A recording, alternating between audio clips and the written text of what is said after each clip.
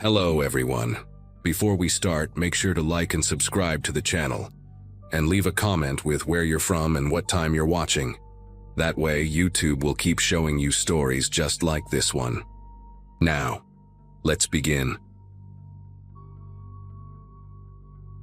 My sister had just given birth to twins when everything started falling apart. It was a Friday in early March 2024, and I remember being on the phone with her, laughing about how she had not slept in 4 days, when my doorbell rang. I was living alone in a 2-bedroom apartment in Albuquerque, New Mexico, working as a project manager for a construction company. At 34, my life had settled into a comfortable routine. Wake up at 6, hit the gym, work until 5, come home to my golden retriever Murphy, and spend most weekends helping my dad restore his old Chevy truck. Nothing exciting, nothing dangerous, nothing that would ever make me think I needed to look twice at strangers or check my locks more than once. The 2 men standing at my door wore dark suits and carried themselves with that stiff posture you see in movies about government agents. I told my sister I would call her back, and I never did finish that conversation the way I intended. The taller one introduced himself as Special Agent Novak, and his partner, a woman with short gray hair and sharp eyes, was Agent Brennan. They asked if they could come inside, and something about the way Brennan scanned the street behind her made me step aside without asking questions. They sat on my couch, declined water, and then Novak pulled out a folder that would change everything I thought I knew about my own life. He explained that the FBI had been investigating a dark web marketplace, one of those sites where people supposedly hire hitmen, though most of them are scams designed to steal cryptocurrency from desperate or deranged customers. A massive data breach had exposed thousands of requests, and my name had appeared in one of them. Not as the person hiring, Novak clarified, watching my face carefully. As the target. Someone had uploaded photographs of my apartment building, my car, my morning running route through the park 3 blocks away, and had paid nearly $8,000 in Bitcoin to have me killed. I asked them if this was some kind of joke. Novak opened the folder and spread the photographs across my coffee table, and I felt the room tilt sideways. There was my Subaru Outback parked in its usual spot, taken from across the street. There was the entrance to my building, the potted cactus my neighbor keeps by the door clearly visible. There was me, actually me, walking Murphy through Coronado Park, wearing the blue windbreaker I bought last winter. The angle suggested someone had been sitting on one of the benches near the playground, maybe 50 feet away, pointing a phone or camera directly at me while I threw a tennis ball for my dog.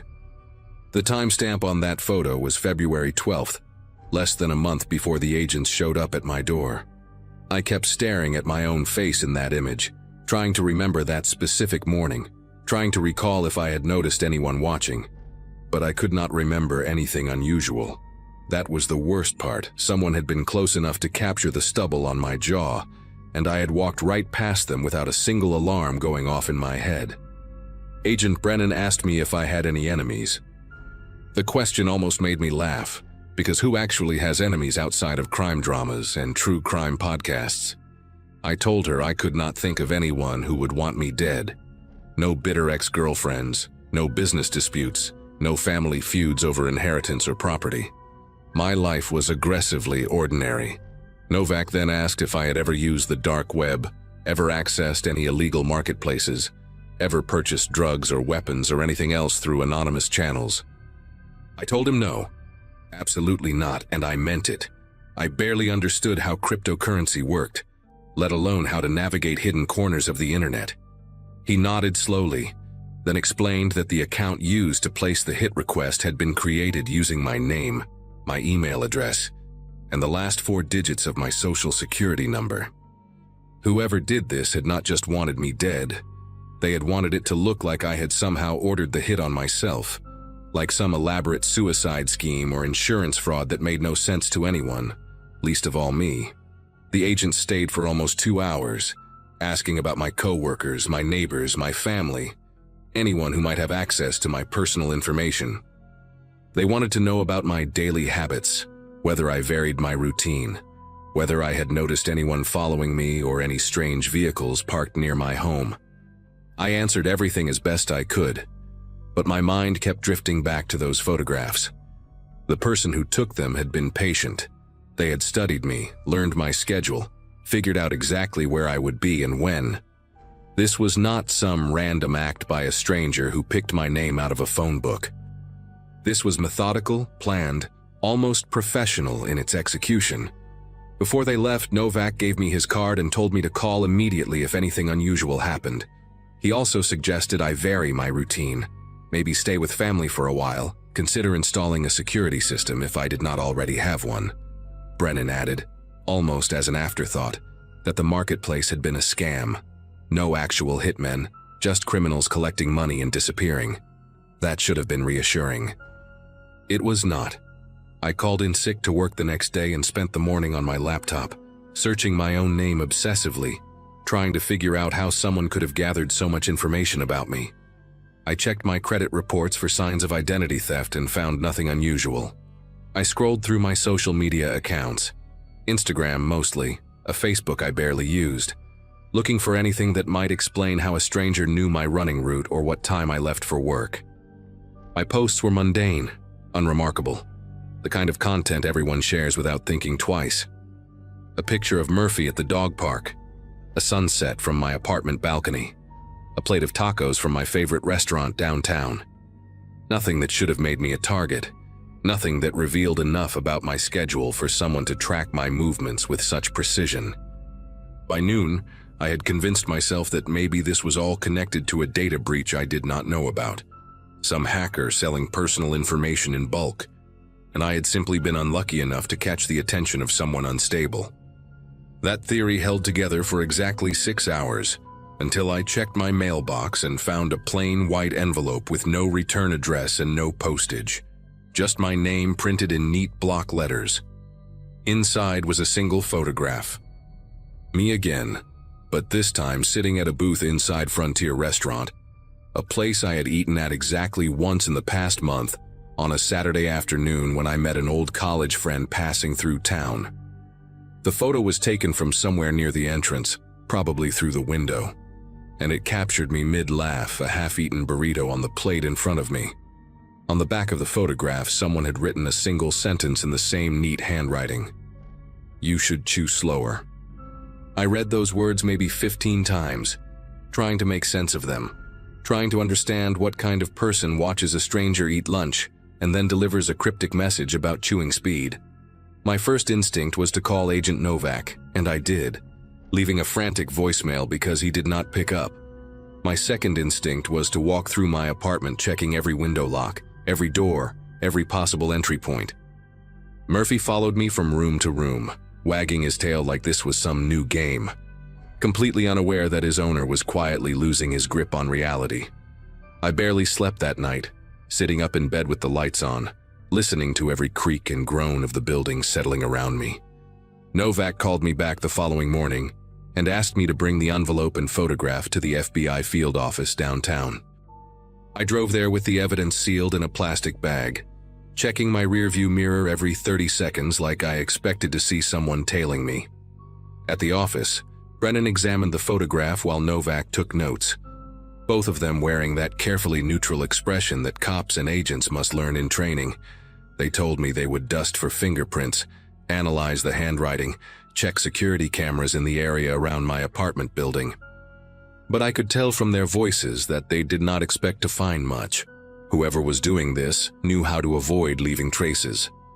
Brennan asked me again if I could think of anyone at all, who might have a reason to frighten me like this.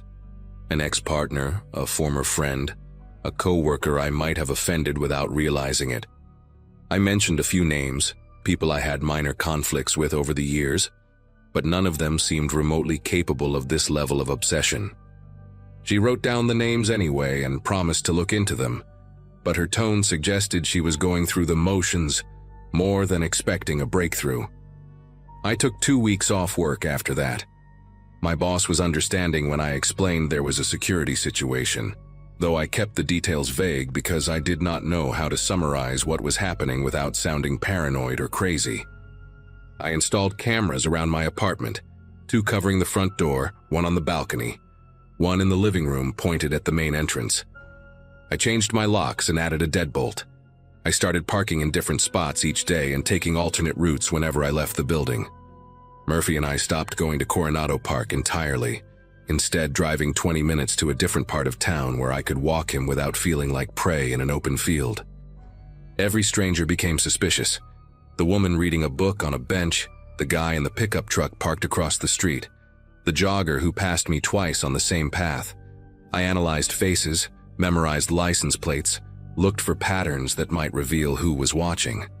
The paranoia was exhausting, but I could not turn it off, not when I knew for certain that someone out there had documented my life in photographs and decided I was worth $8,000 dead. The second envelope arrived exactly 1 week after the first. Same handwriting, same lack of postage. This time the photograph showed my apartment building at night, taken from the parking lot, with my living room window circled in red marker. The lights were on in the photo, and if I looked closely I could make out the shape of myself standing near the kitchen counter, probably cooking dinner, completely unaware that someone was standing in the darkness below with a camera aimed at my home. The message on the back read, "New locks won't help." I remember sitting on my kitchen floor after reading that, my back against the cabinets, trying to breathe through the tightness in my chest. This person had been there. They had stood in my parking lot, maybe 100 feet from where I was at that moment, and they knew I had changed my locks. That meant they were still watching, still paying attention to every adjustment I made. The cameras, the new deadbolt, the varied parking spots, none of it mattered because they were always close enough to notice. I called Novak again and he answered this time, his voice tired and apologetic. The fingerprint analysis had come back empty. The security cameras near my mailbox had been angled wrong, capturing nothing useful. They were still investigating, he assured me, but there was nothing new to report. I decided I could not stay in that apartment anymore.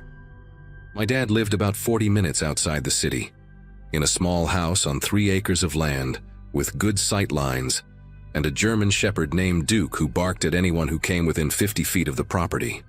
I packed a bag, loaded Murphy into the car, and drove out there on a Sunday afternoon, telling myself it was just temporary, just until the FBI figured something out or the stalker got bored and moved on to someone else.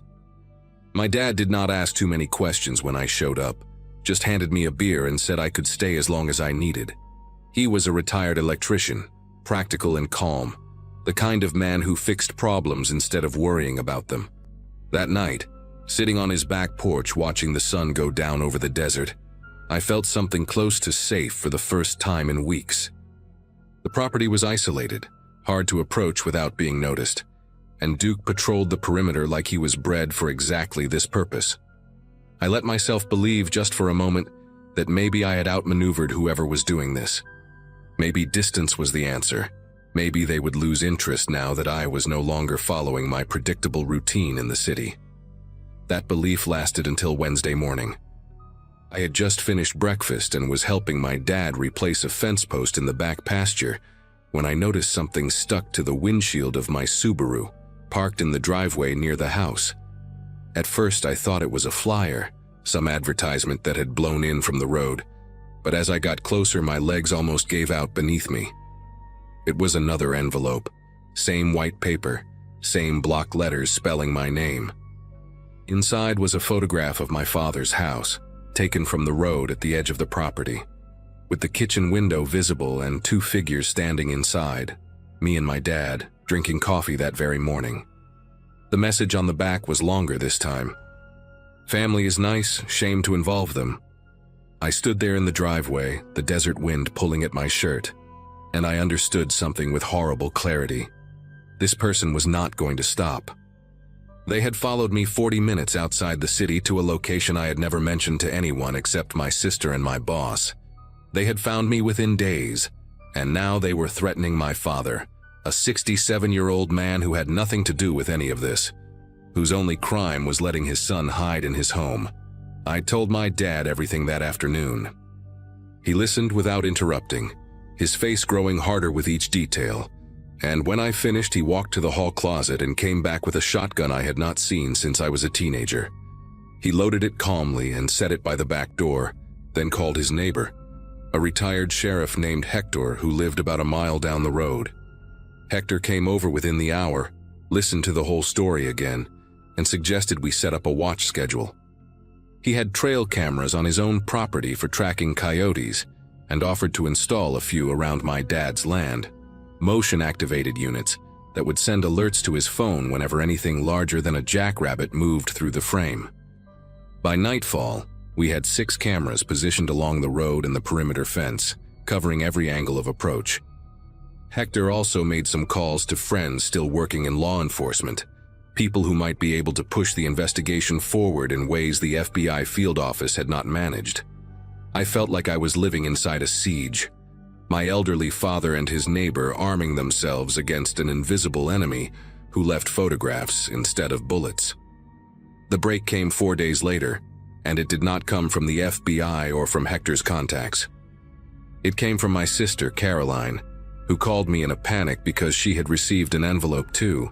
Same handwriting, same block letters, delivered to her home in Denver where she was recovering from giving birth to her twins.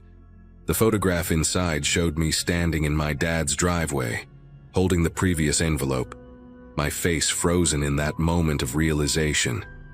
But Caroline, being Caroline, did something I had not thought to do. She checked her doorbell camera footage and found a clear image of the person who had placed the envelope in her mailbox. It was a man, average height, wearing a gray hoodie and jeans, his face partially visible as he turned away from the camera. She sent the image to me, and I forwarded it immediately to Agent Novak, who ran it through their facial recognition database. The match came back within 24 hours. His name was Theodore Sills, 41 years old, a former IT contractor who had worked briefly for my construction company almost 3 years earlier. I had never spoken to him directly, had no memory of his face, had probably passed him in the hallway without a second glance. But according to the FBI's investigation, Sills had been fired for accessing employee files without authorization, and somewhere in his twisted mind, he had decided that I was responsible for his termination. They arrested Theodore Sills at his apartment in Las Cruces on a Saturday morning, 2 weeks after my sister captured his face on camera. Inside his home, they found what Novak later described as a shrine.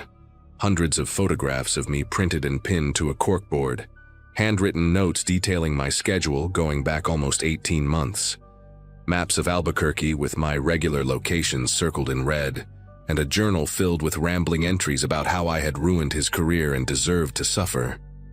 He had never intended to actually kill me, the agents concluded. The dark web hit request was theater, a way to terrify me while maintaining plausible deniability, a game designed by someone who wanted to watch me unravel from a safe distance. Sills was charged with stalking, criminal harassment, identity theft, and making terroristic threats. He is currently awaiting trial, denied bail after a judge determined he posed an ongoing risk. I moved back to my apartment eventually, though I still flinch when I check my mailbox, and I probably always will. My dad kept the trail cameras, says they help him sleep better at night. Caroline installed a security system and taught her husband how to check the footage every evening before bed. We are all different now, more careful, more aware of how easily a stranger can insert themselves into your life without you ever noticing. I still do not understand why Sills chose me specifically, why my face in a hallway 3 years ago sparked something so dark and obsessive in his mind. Some questions do not have answers that make sense. Some people carry damage that the rest of us cannot see until it spills over and stains everyone around them. All I know for certain is that for 3 weeks in the spring of 2024, I learned what it feels like to be hunted by someone who knows everything about you.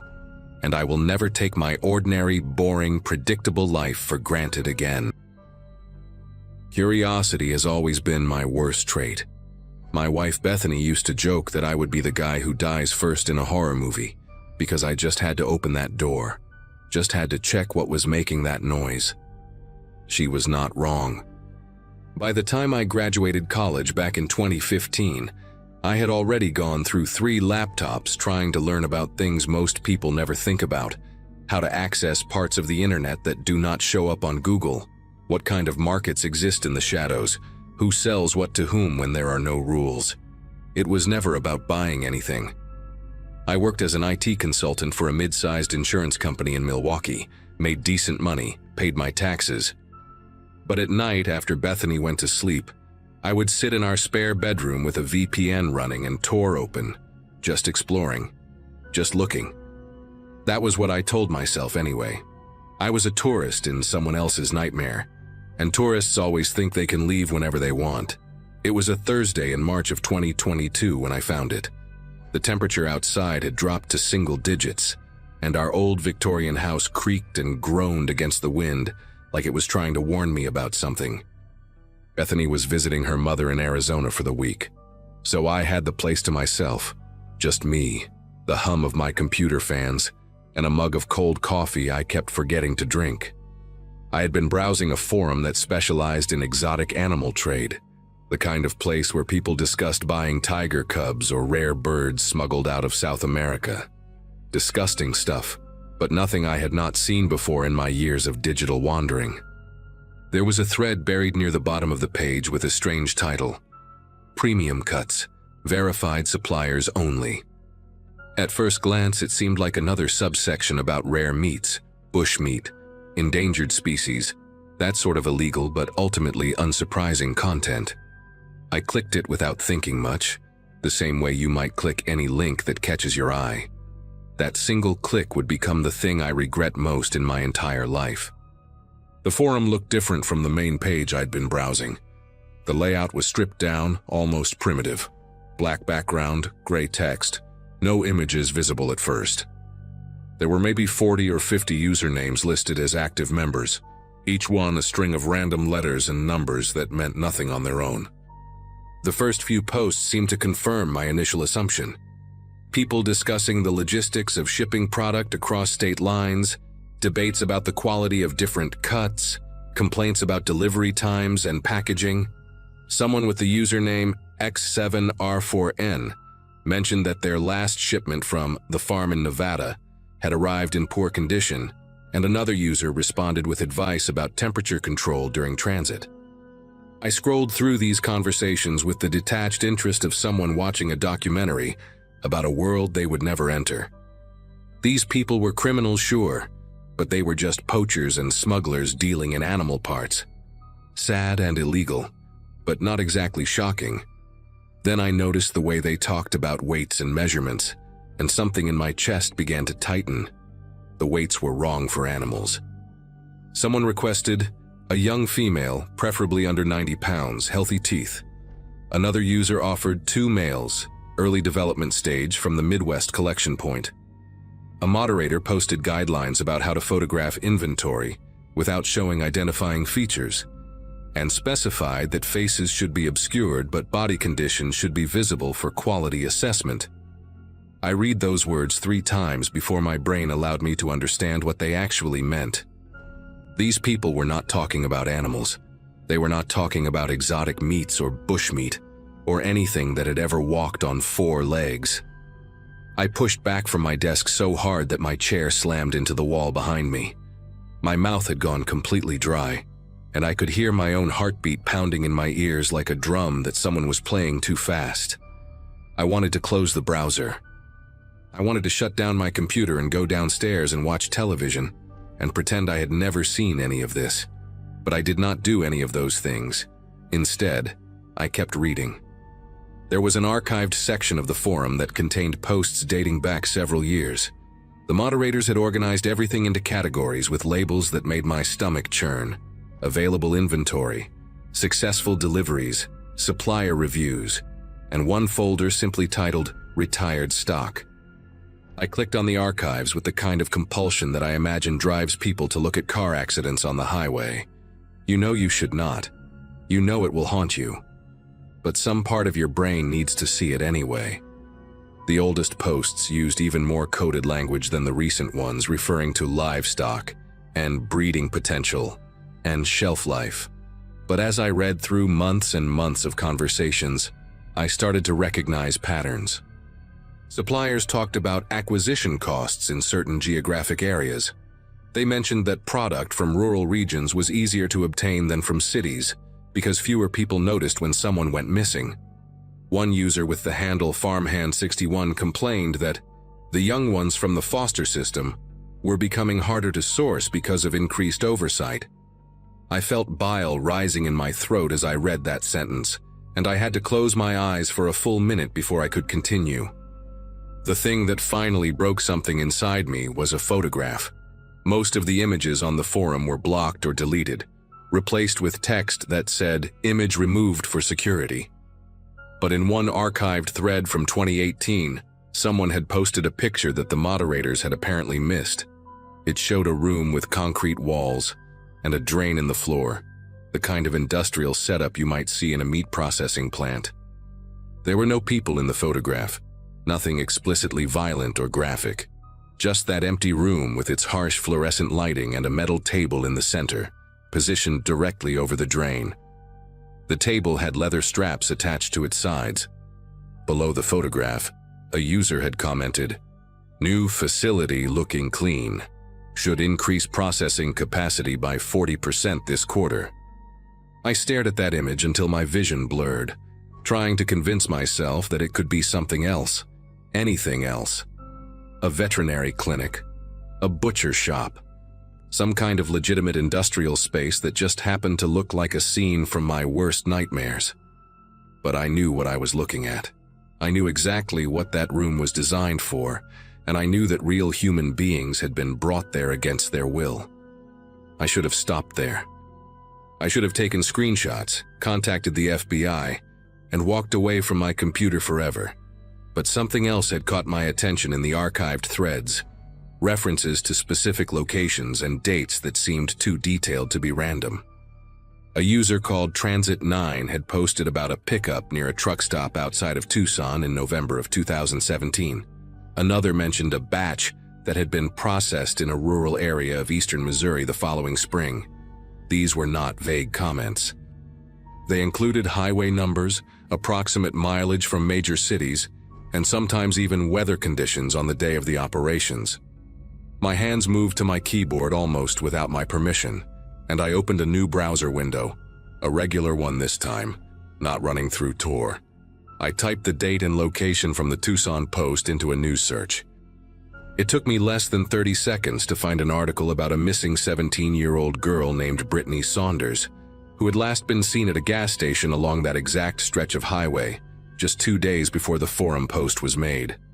Her case was still unsolved, her family was still looking for her, and someone on that forum had referred to her as fresh product, minimal transport damage. I spent the next 4 hours cross-referencing forum posts with missing persons databases. By the time the sun started coming up through my office window, I had matched 7 different discussions to real disappearances. A 19-year-old boy from rural Kansas who vanished while walking home from his night shift at a warehouse. Twin sisters from a small town in Minnesota who went missing during a family camping trip. A homeless woman in her 20s whose case had barely made the local news in Albuquerque. Each time, the forum posts lined up with the locations and time frames in ways that could not be coincidental. The users talked about these people the way restaurant suppliers might discuss shipments of beef or chicken, quality ratings, complaints about damaged goods, arguments about pricing. One thread contained a detailed review of a supplier who operated somewhere in the Great Lakes region, praising his ability to acquire clean product with no prior documentation. I realized with a sickening clarity that they meant people who would not be missed. Runaways, homeless individuals, undocumented immigrants, people whose disappearances would never make national headlines, whose faces would never appear on primetime news segments. The system was designed to target the invisible, and it had been operating for years right beneath the surface of the world I thought I knew. By mid-morning, I had compiled a document with everything I had found. Screenshots of forum posts, links to news articles about the missing persons cases, a timeline showing how the dates matched up. My eyes burned from staring at the screen all night, and my body ached from sitting in the same position for hours without moving.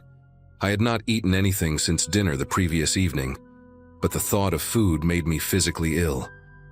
I saved the document to an encrypted folder, and then sat there for a long time, trying to figure out what to do next. Calling the local police seemed pointless. This was clearly something that spanned multiple states, maybe even multiple countries. The FBI had a tip line for crimes like this, but I had no idea how to explain what I had found without also explaining how I had found it. Would they take me seriously, or would they treat me as a suspect? I had spent years poking around in corners of the internet where illegal things happened. My browsing history alone could probably get me flagged by a dozen different agencies. But I kept thinking about Brittany Saunders, about her photograph in that news article. A senior portrait with a bright smile and a blue background. The kind of picture that ends up on missing posters and milk cartons. Someone on that forum had called her fresh product. Someone had weighed her like meat and assigned her a price. I picked up my phone and dialed the FBI tip line before I could talk myself out of it. The woman who answered sounded tired, like she had already taken 100 calls that morning and expected 100 more before lunch. I told her I had found something online that I believed was connected to human trafficking. She asked me a series of questions in a flat, professional voice. What website? How did I access it? What specifically did I observe? I answered as clearly as I could, though my voice kept cracking in places where I had to describe the content of the forum posts. When I mentioned that I had matched some of the discussions to real missing persons cases, her tone shifted slightly. Not quite interested, but more alert. She took down my name and contact information and told me that someone from the cyber division would be in touch within 48 hours. Then she thanked me for calling, and the line went dead. I sat there holding my phone for several minutes, unsure whether I had just done something brave or something incredibly stupid. The forum was still open on my computer screen, those gray letters glowing against the black background like a warning I had ignored. I closed the browser without looking at it again and went downstairs to make coffee, my legs unsteady beneath me like I had just stepped off a boat after weeks at sea. The FBI did call back, though it took them 5 days instead of 48 hours. A man named Special Agent Thornberry asked me to come to their field office in downtown Milwaukee to give a formal statement and hand over the files I had compiled. I spent 3 hours in a gray room with fluorescent lights, answering questions from 2 agents who treated me with a mixture of professional courtesy and barely concealed suspicion. They wanted to know how I had accessed the forum, what other dark websites I had visited, whether I had ever purchased anything illegal online. I answered everything truthfully, including the parts that made me look bad. When I finally showed them my document, the matched cases, the timeline, the screenshots, their expressions changed. Agent Thornberry leaned forward and studied my laptop screen for a long time without speaking. His partner, a woman with short gray hair and reading glasses, excused herself from the room and did not come back for almost an hour. When she returned, she told me that some of the information I had found corroborated details from an ongoing investigation that I was not authorized to know about. She could not tell me anything more, but she thanked me for coming forward and said that my materials would be extremely valuable. I left the FBI building feeling hollow, like someone had scooped out my insides and replaced them with cold air. 3 months later, I saw a news story about a federal raid on a compound in rural Nebraska. 17 people were arrested and charged with various crimes related to human trafficking, kidnapping, and conspiracy to commit murder. The article did not mention anything about a forum or the dark web, and it did not reference any of the specific cases I had found in my research. But one of the photographs showed officers escorting a man in handcuffs, whose face was partially obscured by a jacket pulled over his head. Below the image, a caption identified him only as a key figure in the trafficking network believed to have operated across multiple states. I stared at that photograph for a long time, wondering if he was one of the usernames I had seen on the forum, Farmhand61 or Transit9, or any of the others who had discussed human beings like cuts of meat. I never found out for certain. The FBI never contacted me again after that initial meeting, and I never tried to access that forum or anything like it ever again. I deleted Tor from my computer, canceled my VPN subscription, and told Bethany that I was done with my late-night explorations of the internet's dark corners. She did not ask why, and I did not offer an explanation. Some things are too heavy to share, even with the person you love most in the world. To this day, I still think about Brittany Saunders and the others whose names I found in those archives. I think about the ones I did not find, the ones who disappeared without anyone ever noticing. And sometimes, late at night when I cannot sleep, I wonder how many forums like that one are still out there, operating quietly in the shadows while the rest of us scroll through our phones and pretend the world is a safer place than it actually is. My buddy Owen and I had just finished our junior year in the cybersecurity program at a small college in Michigan when we came up with what we thought was a brilliant idea for our summer research project.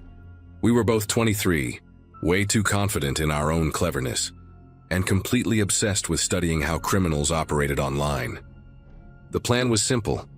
We would create a fake service on the dark web, something that offered vague problem-solving for people who needed things handled discreetly. We figured we would attract a bunch of scammers trying to scam us, maybe some curious people poking around, and we could document the whole thing for a paper on criminal psychology and online behavior. Owen had the technical skills to set up the hidden service, and I handled the writing, creating this mysterious persona that promised results without ever specifying what kind of results. We thought we were so smart, two kids playing pretend in a world we did not actually understand.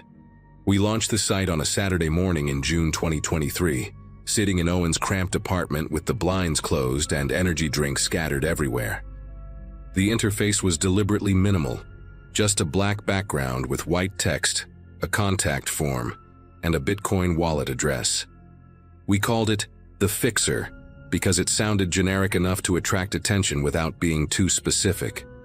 For the first 3 days, nothing happened. We got a couple of spam messages, one guy asking if we sold drugs, and someone who just typed random letters into the form. Owen and I joked about how anticlimactic the whole thing was, how we had built this elaborate trap and caught nothing but bots and teenagers.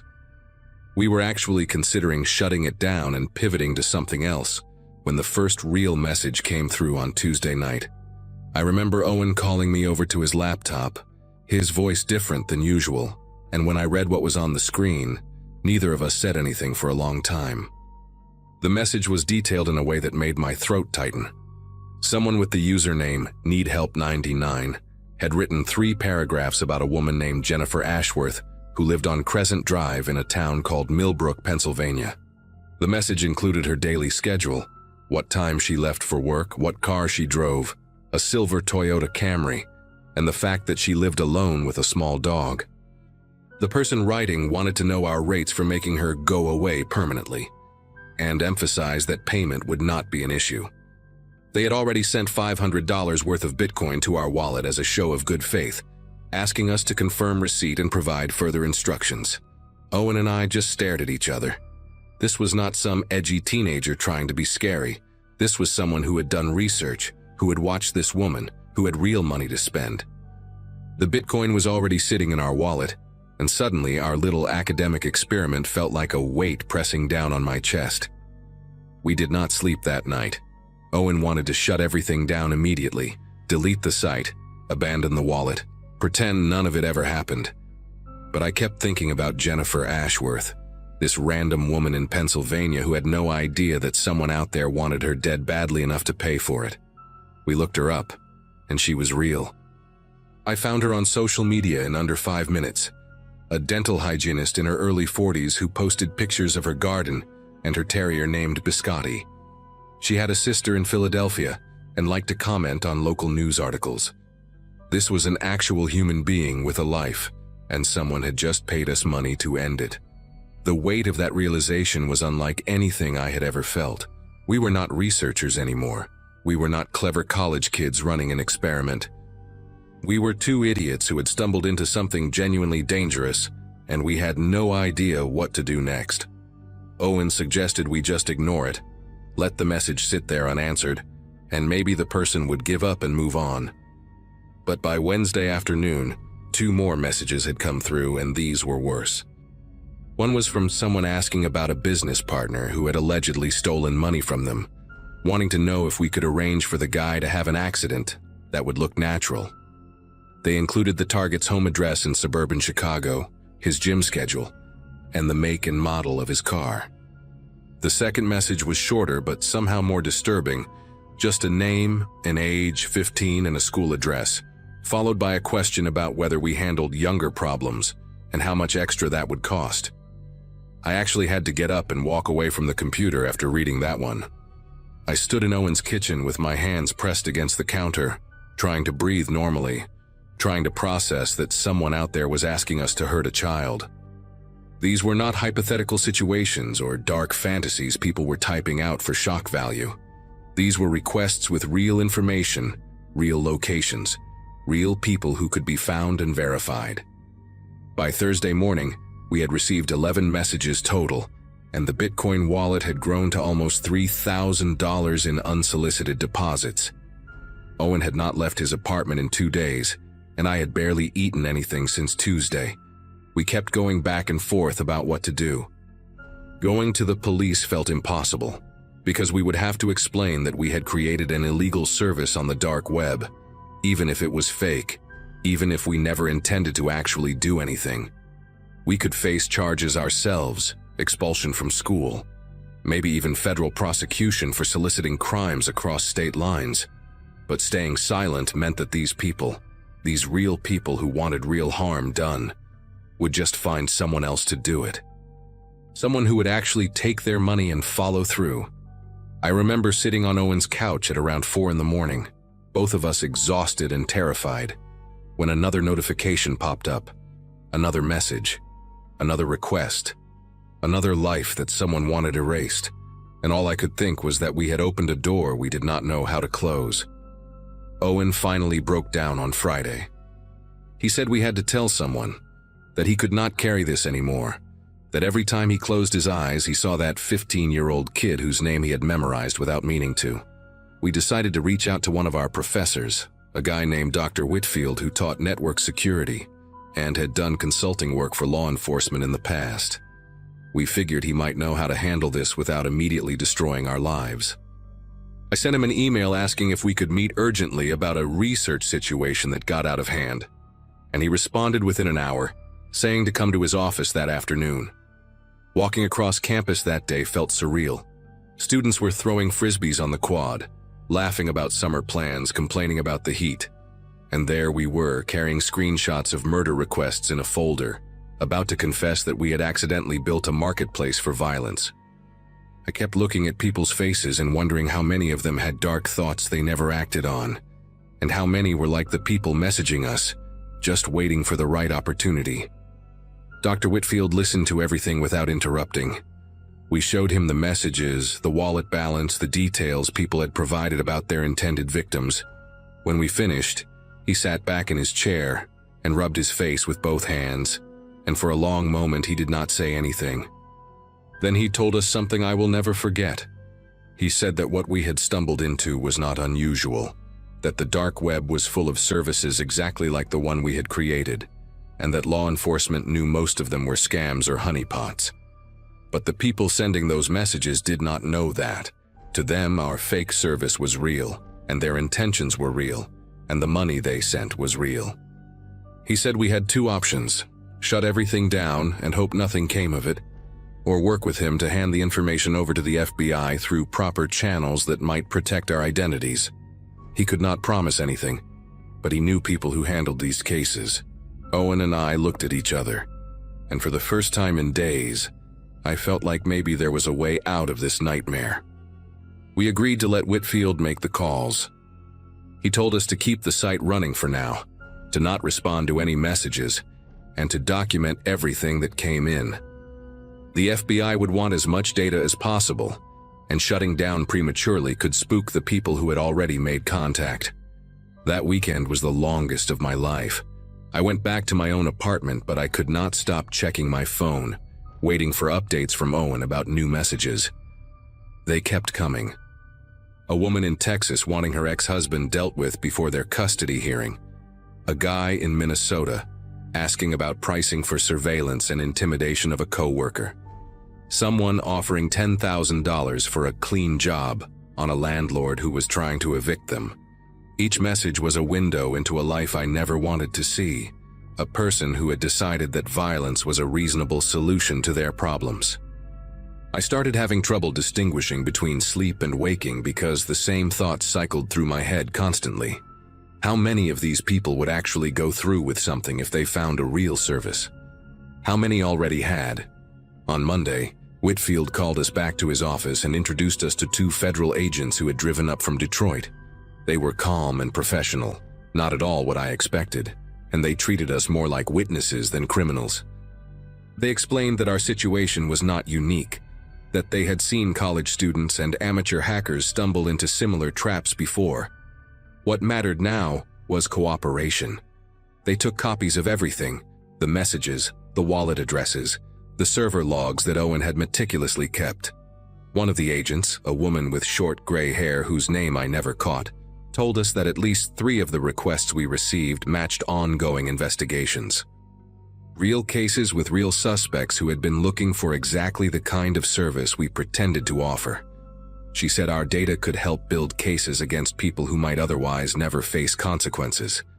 I should have felt relieved, but instead, I just felt hollow. These were not abstract criminals. These were regular people with jobs and families who had typed out requests to have other human beings killed, and they were everywhere. The agents told us to take down the site that same day, and Owen did it right there in Whitfield's office. I watched him type the commands, watched the server go dark, and felt nothing close to closure.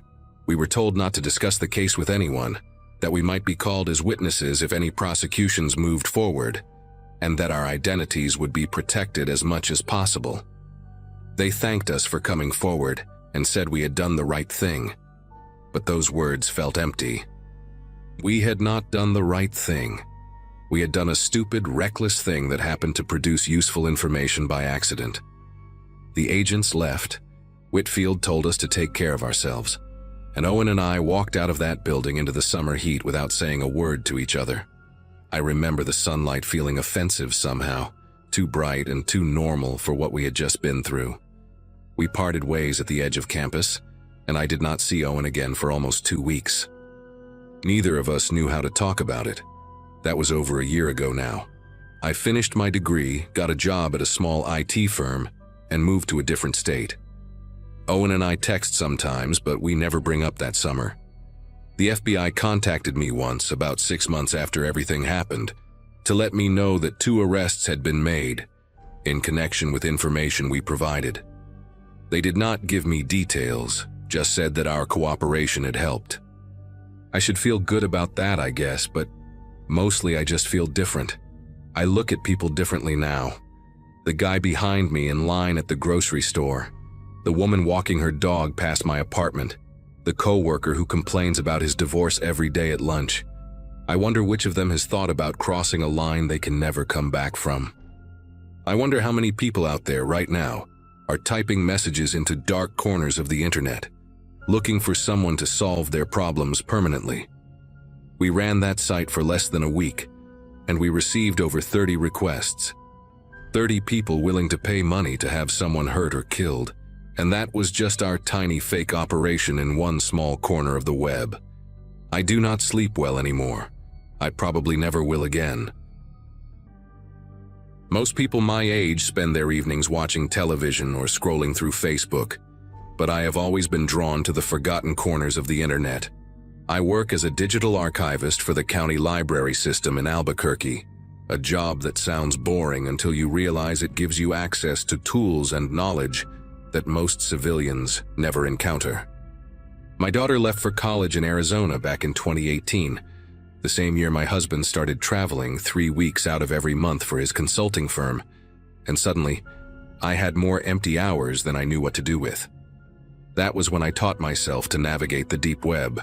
It began as professional curiosity. I was trying to recover old community forums that had disappeared when their servers went offline, preserving digital history that would otherwise be lost forever. I learned how to use Tor, How to read onion addresses, how to trace the ghosts of websites through mirror sites and archive services. My coworkers joked that I was becoming obsessed. They had no idea how right they were. On a Wednesday night in early March, I found something that I cannot stop thinking about even now, months later. I had been following a trail of dead links for hours, starting with an old photography forum from 2004 and bouncing between archive mirrors until I barely remembered where I had begun. That was when the page loaded, a personal blog that looked like it belonged to another era entirely.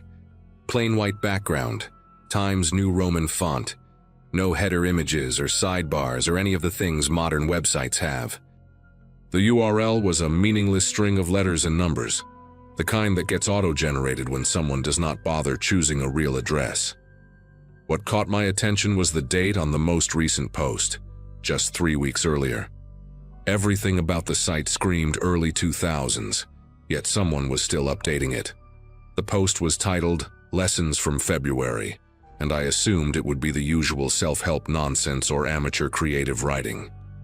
I scrolled down and started reading, and within 30 seconds I felt my entire body go rigid in my chair. The writing style was fragmented, almost stream of consciousness, like someone jotting down thoughts without any intention of making them coherent. The first entry talked about mistakes and lessons learned, phrases that seemed innocent enough on their own. But the context was all wrong. The author wrote about someone who did not cooperate and how frustrating that had been, how it had forced a change in plans. There were references to timing, to patience, to the importance of observation. Between the blocks of text, there were photographs, not of people but of objects. A single house key on a wooden table labeled with a date and the words, "Riverside Drive, unsuccessful." A pair of running shoes, white with pink laces, photographed on what looked like a garage floor, labeled November 14th, Cedar Hills Park. A silver bracelet with a small charm in the shape of a butterfly, resting on a dark surface I could not identify, labeled only with a date from January. I kept scrolling, my mouth dry, telling myself there had to be an innocent explanation. Maybe this was some kind of art project, a fictional horror blog meant to unsettle visitors. People create things like that all the time.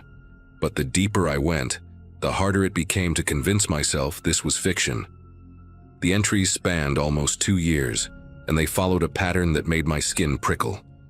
The author would write about watching someone, learning their schedule, noting when they left for work and when they came home. Then there would be a gap of a few weeks, followed by a post about what went wrong or what went right. The language was clinical, detached, like someone reviewing their own performance. She was more alert than expected, had to abort. The window was a better access point than the door. Next time I need to account for neighbors who keep irregular hours.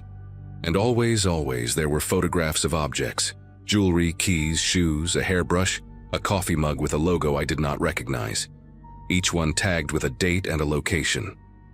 I found myself breathing faster, my pulse hammering in my temples. I grabbed a notebook from my desk and started writing down every location mentioned, every date, every detail I could extract from those cryptic entries. I needed to prove to myself that this was fake, that none of it matched anything real. It took me less than an hour to find the first match. One of the entries from October mentioned a location called Ridgecrest Avenue, a name I did not recognize, but that sounded local enough to search. I typed it into a regular browser along with the word "missing" and the year, and the results made me push back from my desk so hard my chair nearly tipped over. A woman named Felicity Dunn had disappeared from Ridgecrest Avenue in October of the previous year. She was 26 years old, a veterinary technician, last seen leaving her apartment complex around 7 in the morning. Her car was found parked at a trailhead 15 miles outside of town, but she was never located. The case was still open. I pulled up every news article I could find about her, scanning for details, and then I went back to the blog and read that October entry again. The author mentioned watching someone who walked a small dog every evening, someone who kept her blinds open, someone who drove a dark blue sedan. Felicity Dunn owned a Chihuahua mix named Peanut. She lived in a ground floor unit. Her missing person flyer showed her standing next to a navy blue Mazda. I sat in my chair, unable to move, reading those two sources side by side until the words blurred together. I wanted to believe it was coincidence. Ridgecrest Avenue is not an uncommon street name, and plenty of young women have small dogs and dark sedans. But something in my gut knew better. I went back to the blog and found the photograph attached to that October entry. A single silver stud earring shaped like a tiny star, resting on what looked like concrete. I searched for more images of Felicity Dunn and found an Instagram account her family had kept public as part of the search efforts. In photo after photo, she wore the same small silver stars in her ears. They had been a gift from her grandmother, according to one of the caption. I closed my laptop and sat in the dark for a long time, listening to the hum of the refrigerator down the hall, trying to process what I had just found. Either I had stumbled onto the personal journal of someone who was fantasizing about crimes he had read about in the news, or I had found something much worse. A record. A trophy case. The private documentation of someone who was actively hunting people in my city and getting away with it. I did not sleep that night. I made coffee at 2 in the morning and sat at my kitchen table with my notebook, going through every entry on the blog and cross-referencing each location and date with local news archives. By sunrise, I had found 3 more potential matches. A woman named Iris Calloway, who vanished from a neighborhood called Sunset Terrace in August. The blog mentioned that same area and described someone who moved too quickly and noticed things she should not have noticed. A college student named Brooke Ellison who disappeared from near the university campus in December. Her backpack found abandoned in an alley behind a coffee shop. The blog had an entry from that same week about a near miss and the difficulty of working in areas with too many witnesses. And most disturbingly, a Jane Doe case from the previous spring. A body discovered in an arroyo on the outskirts of the city, never identified. The blog entry from that period talked about finishing what was started and included a photograph of a thin gold necklace with a broken clasp. Each connection I found made me feel more certain and more terrified. This was not fiction. This was not a game. Someone was documenting their crimes in a hidden corner of the internet, and I had found it by accident. The entry that finally pushed me to action was dated just 6 weeks before I discovered the site. It mentioned a location I recognized immediately, Lomas Boulevard, less than 3 miles from my own house. The author wrote about a new subject, someone they had been watching for several weeks, someone whose patterns were predictable and whose building had poor security. There was a photograph of a keychain, a small leather strap with a brass initial charm, the letter K, and a note about how easy it had been to make a copy while the subject was distracted at a laundromat. I searched for recent missing persons reports from that area and found nothing, which should have been a relief but instead filled me with dread. The blog entry was recent. The author was still watching. Whoever owned that keychain might still be alive, still going about their daily routine, completely unaware that someone had copied their key and was waiting for the right moment. I could not just sit on this information. I could not go back to my normal life and pretend I had never seen any of it, but I also had no idea what to do next, or who would even believe me. I called the Albuquerque Police Department that same morning, my voice shaking as I tried to explain what I had found. The woman who answered transferred me twice before I finally reached a detective in the missing persons unit, a man named Sergeant Orozco, who listened patiently while I stumbled through my story. I told him about the blog, about the photographs of personal items, about the locations and dates that matched open cases. I gave him the names: Felicity Dunn, Iris Calloway, Brooke Ellison. I described the entry about Lomas Boulevard and the copied key. When he finished, there was a long pause on the other end of the line. Sergeant Orozco asked me how I had found this website, and I explained about my work, about the deep web, about following dead links through archive services. He asked if I had saved any of the content, and my heart sank because I had not. I had been so focused on researching the connections that I never thought to take screenshots or download the pages. He gave me his email address and asked me to send him the URL so their digital forensics team could take a look. I thanked him and hung up, already opening my laptop to retrieve the address from my browser history. The site was gone. I clicked through my history, found the exact link I had followed the night before, and watched it load into nothing but a blank page with an error message. Connection refused. I tried again, cleared my cache, restarted Tor, used a different browser. Nothing worked. The blog had vanished completely, as if it had never existed at all. I sat there staring at the error message, feeling a cold weight settle in my stomach. Whoever ran that site had either taken it down on their own or had some way of knowing when they were being watched. I emailed Sergeant Orozco anyway, sending him the URL and explaining that the page was no longer accessible. I attached my handwritten notes, everything I had documented during my sleepless night, every name and date and location I had connected. His response came 3 hours later. A polite thank you for my concern, a note that the digital forensics team had been unable to locate any content at the address I provided, and a suggestion that I might have encountered a hoax or an elaborate piece of horror fiction designed to seem realistic.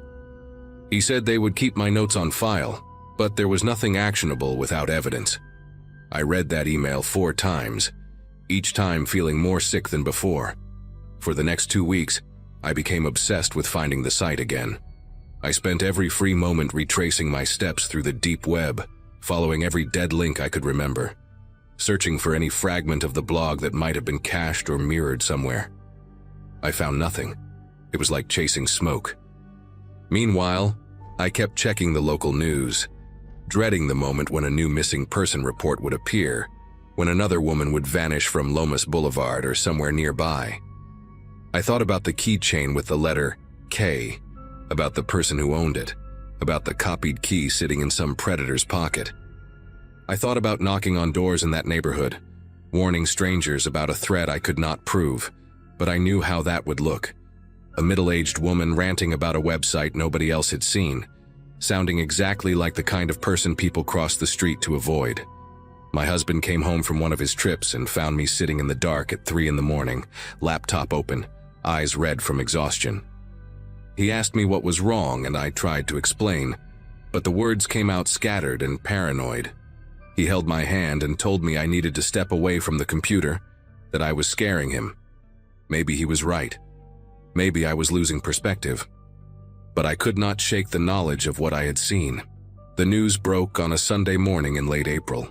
A woman named Kendra Vogel had been reported missing from her apartment on Lomas Boulevard. She was 31 years old, a physical therapist last seen by a coworker on Friday evening. Her door showed no signs of forced entry.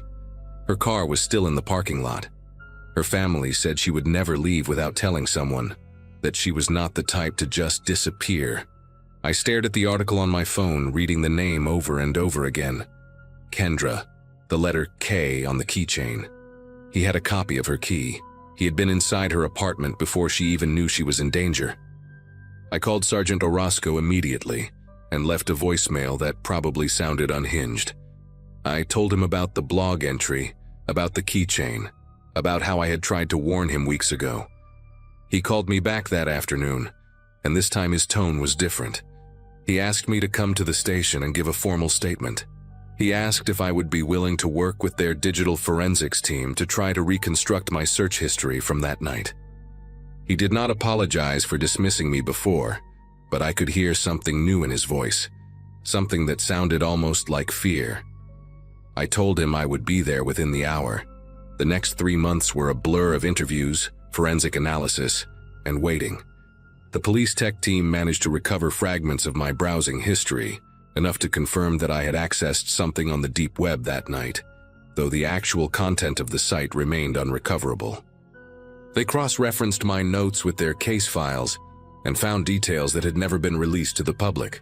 The specific location where Felicity Dunn's earring had been found, the broken clasp on the Jane Doe's necklace, the exact time window when Brooke Ellison had last been seen.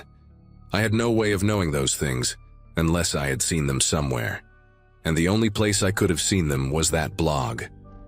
Sergeant Orozco stopped treating me like a nuisance and started treating me like a witness. They brought in FBI consultants who specialized in online predators, people who understood how criminals use the dark web to document and share their activities. One of them, a woman with gray hair and tired eyes, told me that what I had stumbled onto was not unique. There were others out there, hiding in plain sight on forgotten corners of the internet, keeping records that no one would ever find unless they got very lucky or very unlucky. She said I was the first credible lead they had found in years. That did not make me feel any better. Kendra Vogel was found in early July, alive, in a storage unit on the edge of the city. A neighbor had reported a strange smell coming from the facility, and when police investigated, they found her dehydrated, malnourished, but breathing. She had been held there for almost 2 months. The man who took her was a 43-year-old electrician named Russell Embry, someone with no prior criminal record, someone who had lived in Albuquerque his entire life without attracting any attention. They caught him because he made a mistake. He used a credit card registered to his real name to pay for the storage unit, a lapse in judgment after years of careful planning. When they searched his house, they found a laptop with an encrypted partition containing hundreds of photographs, journal entries, and detailed notes about women he had watched, approached, and in some cases taken. The blog I had found was just one of several he maintained, rotating between addresses, deleting and recreating them whenever he sensed scrutiny. He had been doing this for over a decade. Felicity Dunn, Iris Calloway, Brooke Ellison. They found evidence connected to all of them.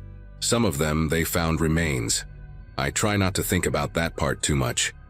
Russell Embry is currently awaiting trial on multiple counts of kidnapping, assault, and murder. The prosecutors say it will take years to work through all the evidence, to identify every victim, to build cases strong enough to ensure he never sees the outside of a prison again. Kendra Vogel survived, but from what I have heard, she moved out of state and does not speak to anyone about what happened to her during those 2 months. I understand that. Some experiences change you in ways that words cannot capture.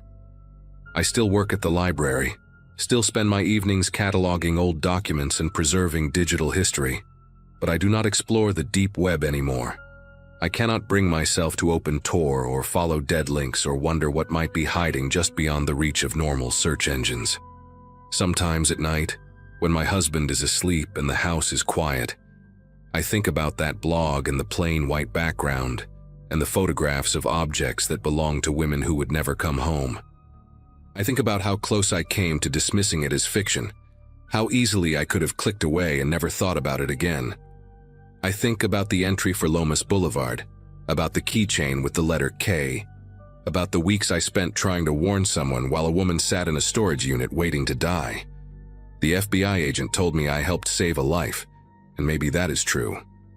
But I also know that I found that site by accident, that Russell Embry had been operating for over 10 years before anyone stumbled onto his records, and that there are others out there just like him, patient, careful, invisible, keeping their own journals in the forgotten corners of the internet, waiting for someone to make a mistake.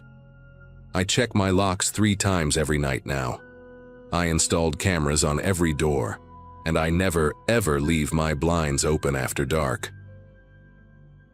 Friday nights alone used to feel like a luxury. Ben, my husband, was away at a work conference until Sunday, and I had the whole house to myself at the end of Oakdale Drive, a quiet cul-de-sac in a small Michigan town where the most exciting thing that happens is someone getting a new mailbox. I had finished my shows, scrolled through every app on my phone, and was on my second glass of Cabernet when I remembered something my coworker Stephanie mentioned during lunch that week. Her brother had apparently been exploring the deep web and found some disturbing forums there. She made it sound like this forbidden corner of the internet that regular people never see. I got my laptop, started searching for tutorials, and after about an hour I managed to download a Tor browser and figure out how it worked. Most of the links I clicked were garbage, broken pages, stuff in languages I could not read. But then I found this one forum that loaded perfectly, and I wish to God it had been broken too. The forum looked ancient, like something from the early 2000s, with a dark background and plain white text. No fancy graphics, no logos, just threads and usernames that were random strings of numbers and letters. I scrolled through the main page and my curiosity turned into something else entirely. There were threads about things I do not even want to type out. Discussions about surveillance techniques on specific people, complete with photos that were clearly taken without consent. Guides on how to find personal information from social media profiles. One thread had a list of home addresses matched with daily routines of the people who lived there. I felt sick, but I kept scrolling, the way you cannot look away from a car accident. I spent maybe 15 or 20 minutes reading before I finally closed the browser, deleted it from my computer, and tried to convince myself that what I had just seen was probably fake, some kind of elaborate dark joke by edgy teenagers. I poured another glass of wine and told myself I was being paranoid. It could not have been more than 10 minutes after I closed everything. I was in the kitchen rinsing my wine glass when my phone buzzed on the counter.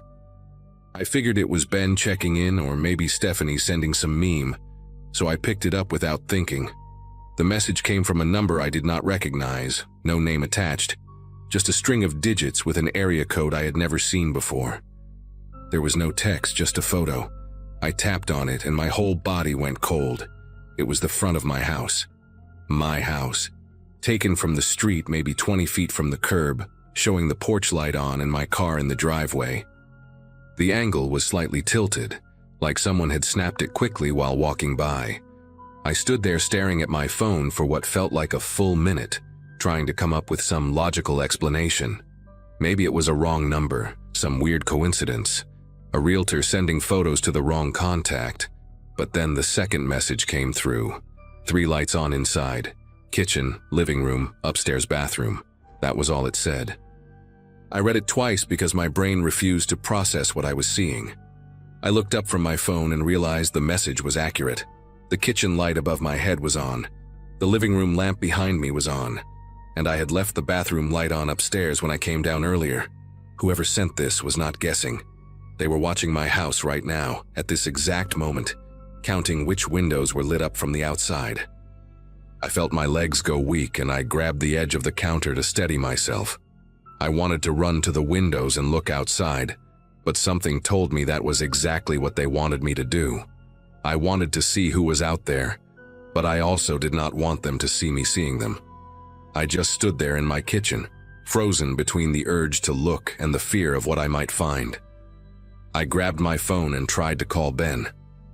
My fingers were trembling so badly that I mistyped his number twice before finally getting it right. It rang once, twice, 3 times, and then went to voicemail. I hung up and tried again. Same thing. I sent him a text that probably made no sense, something like, "Call me now, someone outside the house, please call me." Then I tried 911. I dialed the numbers and pressed call, and the screen showed it was connecting, but nothing happened. No ring, no operator, nothing. I pulled the phone away from my face and saw that I had full signal, 4 bars. Everything looked normal. I tried again, and this time it rang once before cutting out completely. I do not know if it was the phone, the network, or something else entirely, but in that moment I felt more alone than I have ever felt in my life. I was standing in my own kitchen, in my own house, and I could not reach a single person who could help me. That is when I heard it. A soft rattling sound coming from the front of the house. It was subtle at first, almost like the wind pushing against the door, but then it got more deliberate. Someone was testing the handle. Not knocking, not ringing the bell, just slowly turning the knob back and forth to see if it would open. I held my breath and listened. The sound stopped for a few seconds, then started again. Turn, pause, turn, pause. Like they were being patient about it, checking if anyone would react. I backed away from the kitchen toward the hallway, trying to remember if I had locked the door when I came home. I always lock the door. I always do. But in that moment, I could not remember, and the doubt was enough to make my chest tighten until I could barely breathe. The rattling stopped again, and the silence that followed was somehow worse than the sound itself. My phone buzzed in my hand and I nearly dropped it. Another message from the same unknown number. This one had no photo, just text. You should not have visited. I stared at those 5 words and felt something click into place in my brain. The forum, the deep web. Somehow, in those 15 or 20 minutes I spent scrolling through that site, someone had tracked me. I thought I was anonymous, thought the Tor browser was supposed to hide everything, but clearly I was wrong. Maybe I clicked something I should not have. Maybe my computer gave away information I did not know it could give. I do not understand how any of it works. And standing there in my hallway with someone outside my door, I realized how stupid I had been. I was a 31-year-old woman who worked in insurance and barely knew how to update her own phone, and I thought I could just waltz into the darkest corner of the internet without consequences. I made a decision. I was not going to stand there like a sitting duck waiting for whatever was going to happen next. I moved as quietly as I could toward the back of the house, staying low, keeping away from the windows. Our house has a back door that leads out to a small patio, and then the yard, which connects to a strip of woods that separates our neighborhood from the next one over. If I could get outside without being seen, I could run to the Nelson's house 2 doors down. They were an older couple, retired, and I knew they were home because I had seen their living room light on earlier. I reached the back door and put my hand on the lock. It was a sliding glass door, the kind that makes noise no matter how careful you are. I took a breath and started to slide it open, just an inch at first, then a little more. The cold night air hit my face and I was about to step out when my phone buzzed again. The message was a photo, my back patio, taken from somewhere in the yard, maybe near the tree line, showing the sliding glass door I was standing behind. I could see my own silhouette in the image, backlit by the hallway light, my hand on the door frame. The photo had been taken seconds ago. I slammed the door shut and locked it, then stumbled backward and fell against the kitchen island. They were not just at the front of the house, they were everywhere. Watching the front, watching the back, taking photos and sending them to me like some kind of sick game. I crawled across the kitchen floor until I was in the corner between the refrigerator and the wall, the only spot in the house where no window could see me. I pulled my knees up to my chest and sat there shaking, my phone clutched in both hands. I tried 911 again. This time it connected. A woman's voice answered, calm and professional, asking what my emergency was. I started talking so fast I could barely get the words out. I told her someone was outside my house, that they were sending me photos, that they had been trying the door. She asked for my address and I gave it to her, my voice cracking on every syllable. She told me to stay on the line, that she was dispatching a unit to my location, that officers would be there in approximately 8 minutes. 8 minutes. Sounds like nothing when you say it out loud, but when you are sitting on your kitchen floor with strangers circling your house, 8 minutes feels like 8 hours. I stayed in that corner, pressed against the cold tile, listening to every creak and groan the house made. The dispatcher kept talking to me, asking if I could hear anything, if anyone was trying to get in. I told her about the front door, about the rattling.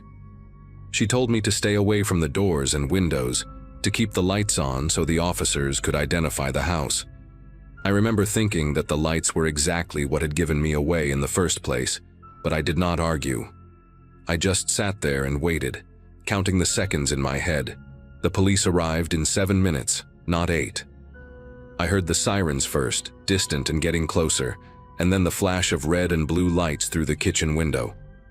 2 patrol cars pulled up in front of the house and 4 officers got out.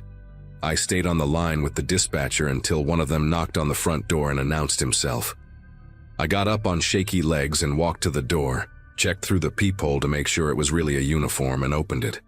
The officer was a tall guy, maybe in his 40s, with a calm face that made me feel like everything was going to be okay. I told him what happened, showed him the messages on my phone, pointed toward the backyard where the last photo had been taken. 2 of the officers went around the side of the house with flashlights, while the other 2 stayed with me. I watched their lights sweep across the yard through the trees along the fence line. After about 10 minutes, they came back. They had not found anyone. No footprints in the soft ground near the tree line. No signs that anyone had been standing there. Nothing. The officer who stayed with me, his name tag said Briggs, told me that whoever had been out there must have left when they heard the sirens. He said these things sometimes happen, that there are people who get a thrill out of scaring others, and that the connection to the forum I visited was probably not a coincidence.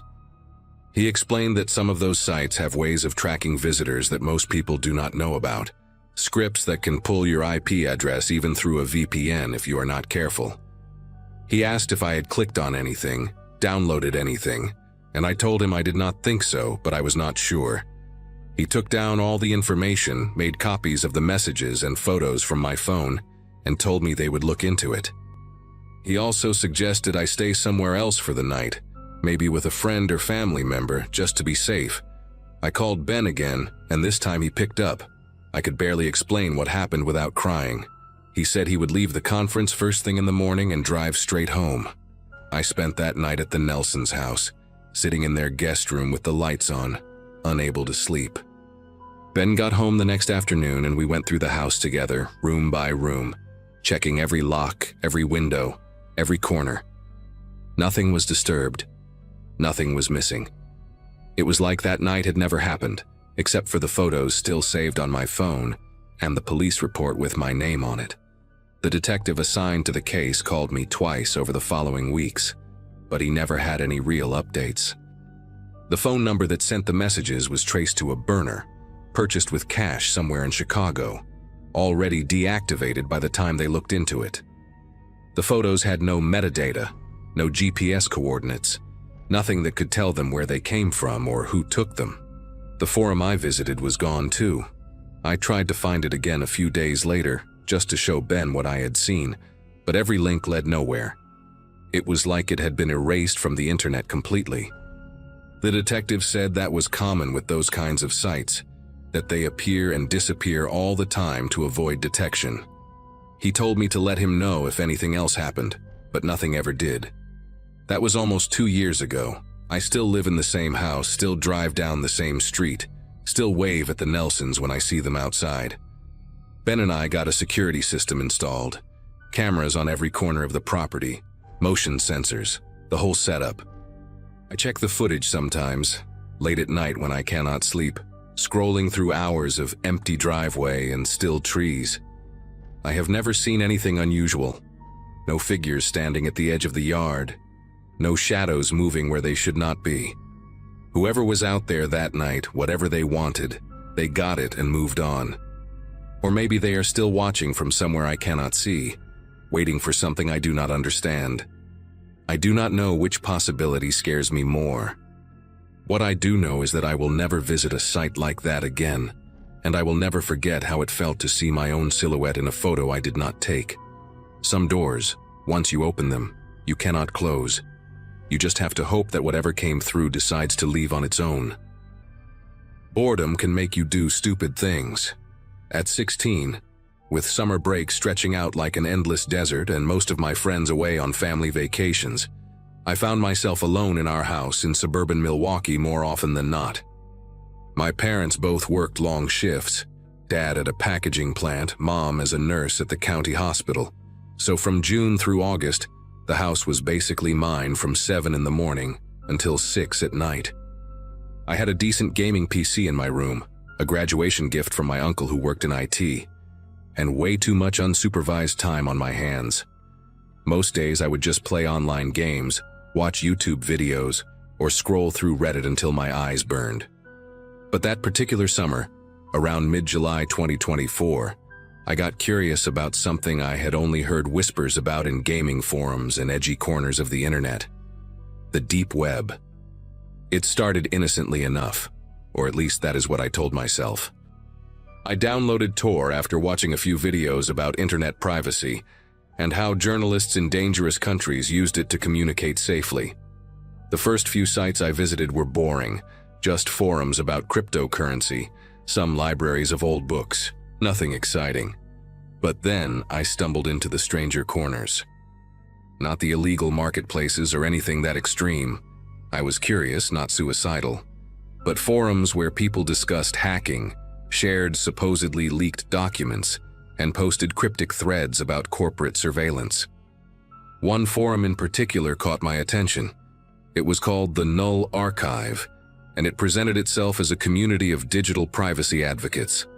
The interface was ugly, all dark backgrounds and green text like something from an old movie about hackers.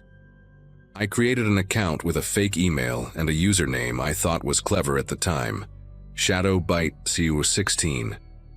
I lurked for a few days, reading threads, never posting anything. I figured as long as I did not interact, I was safe. I could not have been more wrong. About 3 weeks into my little exploration phase, I got a private message. The notification icon turned red while I was scrolling through a thread about VPN vulnerabilities, and my first thought was that it must be some kind of automated welcome message or spam. The username that sent it was adminnull7, and the message itself was short, almost casual in tone. It just said, "You should be more careful, ShadowBite. Your OPSEC is terrible. Check your downloads folder." I remember staring at those words for a full minute, trying to convince myself it was a prank, some kind of hazing ritual the forum did to new members. But something in my gut told me to actually check. I minimized Tor and opened my downloads folder, and there it was. A text file I had never seen before, dated that same day, named helloshadow.txt. I had not downloaded anything. I had not clicked any links. The file had just appeared on my computer like it had always been there. I wish I could say I was smart enough to shut everything down right then, pull the plug on my PC, and never look back. But curiosity is a powerful drug, especially when you are 16 and think you are invincible. I opened the text file. Inside was a list, and when I started reading it, my whole body went cold in a way I had never experienced before. It was my browser history from the past month, not just from Tor, but from Chrome too. Every single site I had visited laid out in neat chronological order. Below that was a list of the photos saved on my computer, including the file names of pictures I had taken on my phone and transferred over. Then came my school schedule for the upcoming semester, pulled from an email I had received from Roosevelt High 2 weeks earlier. And at the very bottom, in plain text like it was nothing special at all, was my home address. My actual home address. The house where I was sitting alone at that very moment, reading words that a stranger had somehow planted on my computer. I slammed my laptop shut like it was on fire. My heart was beating so fast I could hear it pounding in my ears, and for a long moment I just sat there in my dim bedroom, staring at the closed computer like it might spring open on its own. The house felt different now, bigger and emptier than it had 5 minutes ago. Every creak of the floorboards, every hum of the air conditioning made me jump. I kept thinking about that address at the bottom of the file, how casually it had been placed there, like a signature at the end of a letter. Whoever this adminnull7 person was, they knew where I lived. They could be anyone, anywhere in the world, but they knew the exact street where I slept every night. I thought about calling my parents, but what would I even say? That I had been poking around illegal hacking forums and now someone was messing with me? I could already picture my dad's face, the disappointment mixed with anger, the lectures that would follow. So I did nothing. I just sat there in the growing dark, too scared to open my computer again, but too ashamed to ask for help. After maybe an hour of sitting paralyzed in my room, I finally worked up the nerve to open the laptop again. There was another message waiting in my Null Archive inbox, sent about 20 minutes after the first one. "Relax," it said. "I am not the one you need to worry about. I am the one warning you. Someone on this forum has been running a data harvesting operation for months. They target new accounts, especially ones with weak security like yours. Your device was compromised the moment you created your account. Keylogger, remote access, the whole package. I am an admin here, and I have seen what happens to people who ignore this. Delete your account, wipe your hard drive, and pray they have not already sold your information. This is not a joke." There was a second file attached to this message, and against every instinct screaming at me to stop, I downloaded it. It was a screenshot of a conversation in some other chat platform I did not recognize, all in a language that looked like Russian. But in the middle of the conversation, Highlighted in yellow was my username, ShadowBite16, followed by a dollar amount, $200. Someone was selling access to my computer, my files, my life, for $200. The next few hours were a blur of panic and frantic Googling. I searched for what to do if your computer has a keylogger, how to tell if someone has remote access to your PC, what happens when your personal information gets sold online. The answers I found only made things worse. Keyloggers could capture every password I had ever typed, my email, my social media, the Amazon account I used to buy video games with a prepaid card. Remote access meant someone could turn on my webcam without the light coming on, could watch me sitting in my room without me ever knowing. And once your data was sold, there was no taking it back. It could be copied, shared, resold 100 times over, passed around like trading cards among people who made their living exploiting strangers. I thought about all the things saved on my computer, family photos from vacations, pictures of my little sister's birthday party last year, screenshots of conversations with friends. Nothing illegal, nothing even embarrassing really, but all of it suddenly felt exposed, violated, like someone had gone through my dresser drawers and touched everything I owned. I unplugged my webcam with trembling fingers and put a piece of electrical tape over the built-in camera on my laptop for good measure. Around 9 that night, my phone buzzed with a text from a number I did not recognize. The message contained nothing but a photo, a picture of my house taken from across the street, the living room windows glowing yellow in the summer darkness. I could see the silhouette of our couch through the curtains, the flickering blue light of the TV my dad must have left on that morning. Below the image was a single line of text. "Nice place. You should really close your blinds at night." I dropped the phone like it had burned me. For a moment I could not breathe, could not think, could not do anything but stand frozen in the middle of my bedroom with every light suddenly feeling too bright and every shadow too deep. Someone was outside. Someone had been standing across the street from my house taking pictures, and now they wanted me to know it. This was not some faceless hacker on the other side of the world anymore. This was someone close enough to see my living room, someone who knew I was home alone, and wanted me to understand just how vulnerable I really was. I ran through the house closing every blind, locking every door, checking every window twice. My hands would not stop shaking as I pulled the curtains shut in the living room, and I kept imagining eyes watching me from the darkness outside, tracking my movements through the gaps in the fabric. When I finished, I sat on the kitchen floor with my back against the refrigerator, knees pulled up to my chest, phone clutched in my sweaty palm. I wanted to call my parents so badly it hurt, but the shame was like a physical weight pressing down on my chest. How could I explain this? How could I tell them that their son had been stupid enough to wander into corners of the internet he had no business visiting, and now someone was stalking him because of it? I thought about calling the police, but what would I even report? Someone took a picture of my house. Someone sent me a text message. I could already hear how ridiculous it would sound, could already see the skeptical look on some officer's face as I tried to explain the deep web and keyloggers, and data harvesting to someone who probably still used their birthday as a password. So I just sat there on the cold tile floor, watching the minutes tick by on the microwave clock, waiting for my parents to come home and trying not to cry.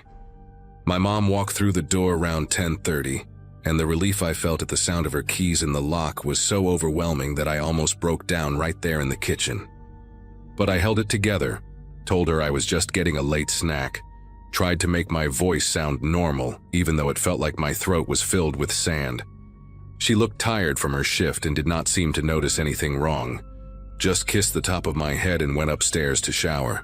Dad came home about an hour later, and by then I had retreated to my room, lying in bed with the lights off, staring at the ceiling and jumping at every sound. I did not sleep that night. Every time I started to drift off, my phone would light up with another message from that unknown number. Sometimes just a single emoji, a smiley face or a waving hand. Sometimes a few words like, "Still awake?" or "Try to get some rest, big day tomorrow." They knew I was not sleeping. They knew I was lying there in the dark, terrified, and they were enjoying it. By the time the sun started coming up, I'd received 17 messages, and each one felt like a finger poking at an open wound, reminding me that there was nowhere I could hide. The next morning, I made a decision. I was too exhausted and too scared to keep carrying this alone, and the messages had made one thing very clear: whoever was doing this was not going to stop on their own. I waited until my dad was drinking his coffee at the kitchen table, my mom already gone for an early shift, and I sat down across from him and told him everything. I started from the beginning, from the boredom and the Tor browser and the forum with the ugly green text, and I watched his face shift from confusion to concern, to something that looked a lot like fear. When I showed him the text messages, the photo of our house, the file with our address in it, he went pale in a way I had never seen before. He did not yell at me, did not lecture me about being stupid or reckless. He just sat there for a long moment with his jaw tight and his hands wrapped around his coffee mug like he was trying to keep them steady. Then he picked up his phone and called the police. 2 officers came to our house an hour later, and I had to explain the whole thing again. Had to watch them exchange glances when I mentioned the deep web. Had to sit there feeling small and foolish while they took notes and asked questions I did not know how to answer. The investigation that followed lasted almost 3 months. It turned out that the person behind the harassment was not some shadowy international hacker. It was a 19-year-old college dropout named Brendan Lowe, who lived about 40 minutes away in Racine. He had been running a small-scale data harvesting scheme on the Null archive for over a year, targeting teenagers specifically because they were easy marks with poor security habits and parents who might pay to make problems go away. The photo of my house had been taken by someone he paid $20 to on a local gig app. Just some random person who thought they were doing a harmless errand. Brendan had never actually been outside my house himself. He was not brave enough for that. But he had built a whole system designed to make his victims feel watched, hunted, completely alone. The police found files on his computer from dozens of kids like me, folders full of personal information he had collected and either sold or used for blackmail. I was lucky, they told me. I came forward before he had a chance to do any real damage with my data. Other kids had not been so fortunate. Some had paid him money to leave them alone. Others had their photos posted on revenge websites. A few had their identities stolen in ways that took years to untangle. Brendan was arrested and eventually pleaded guilty to multiple counts of computer fraud, identity theft, and cyber stalking. He got 6 years in federal prison, which felt like both too much and not nearly enough. It has been almost a year and a half since all of this happened, and I still think about it more often than I would like to admit. I changed all my passwords, wiped my computer completely, deleted every social media account I had, and started fresh with new emails and new usernames. My parents installed better security software on all our devices and had a long conversation with me about internet safety that I actually listened to this time. But some things you cannot just delete or reset. I still get a jolt of panic whenever my phone buzzes with a text from a number I do not recognize. I still close my blinds before the sun goes down, every single night, even in winter when it gets dark by 5. And sometimes, when I am lying in bed trying to fall asleep, I think about how close I came to having my whole life ruined by a bored college dropout in Racine, who saw me as nothing more than a username and a $sign. The internet is not some separate world that exists apart from real life. It is a door, and once you open it, you cannot always control who walks through. I learned that lesson the hard way, and I am sharing this because maybe someone reading this is sitting alone in their room right now, thinking about exploring some dark corner of the web just to see what is out there. Trust me when I say this. Whatever you think you might find, it is not worth what you might lose. At the time this happened, life felt predictable in a way that almost bored me. I was working remotely, renting a small place on the edge of a quiet Midwestern town, and spending most nights scrolling forums instead of talking to people. Curiosity had become a habit, especially anything involving obscure corners of the internet and the strange things people claim to find there. That's how I came across an ad for a dark web mystery box labeled "Authentic Unclaimed Items," written in sloppy text with no branding and no explanation. The price was low enough to feel reckless, but not stupid, which probably says more about my mindset than I'd like to admit. I told myself it was just leftover junk from storage lockers or abandoned mail. Nothing dangerous, nothing real, just something to break the routine and give me a story to read later. I placed the order late at night and closed my laptop, already forgetting about it. For a few days, life went on exactly the same. The package arrived wrapped in plain brown layers with no return address, heavier than I expected. Inside, everything was arranged carefully, almost respectfully, like someone packing memories instead of objects. There was a small spiral notebook with a cracked black cover, the kind sold at gas stations, its pages warped like they'd been near moisture. A cheap prepaid phone sat underneath, powered off with scratches along the screen that formed a faint crescent. At the bottom of the box was a plastic bag tied with a knot so tight I had to cut it open.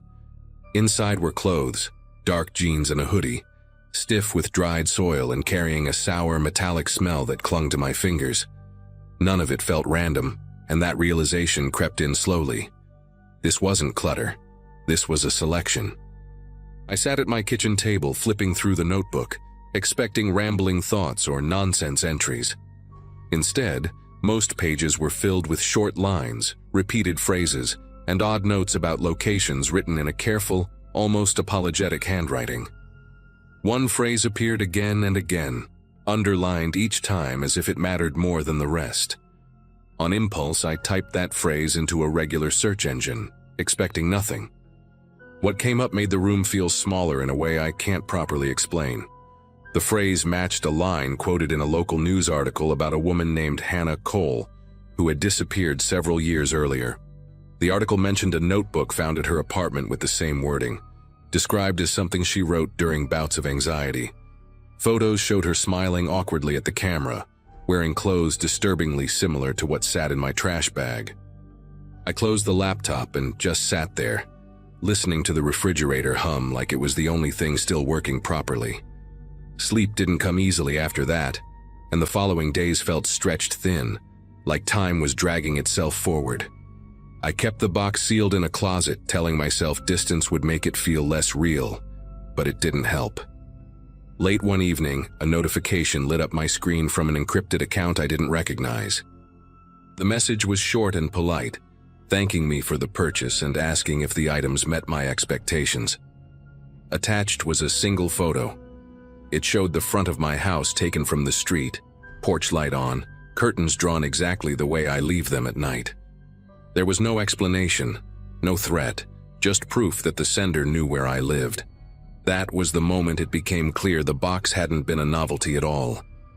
It was a message, and I had just confirmed that it had been delivered to the right person. I didn't reply to the message, but ignoring it didn't bring any relief. Every sound outside started to carry weight, like it was trying to tell me something.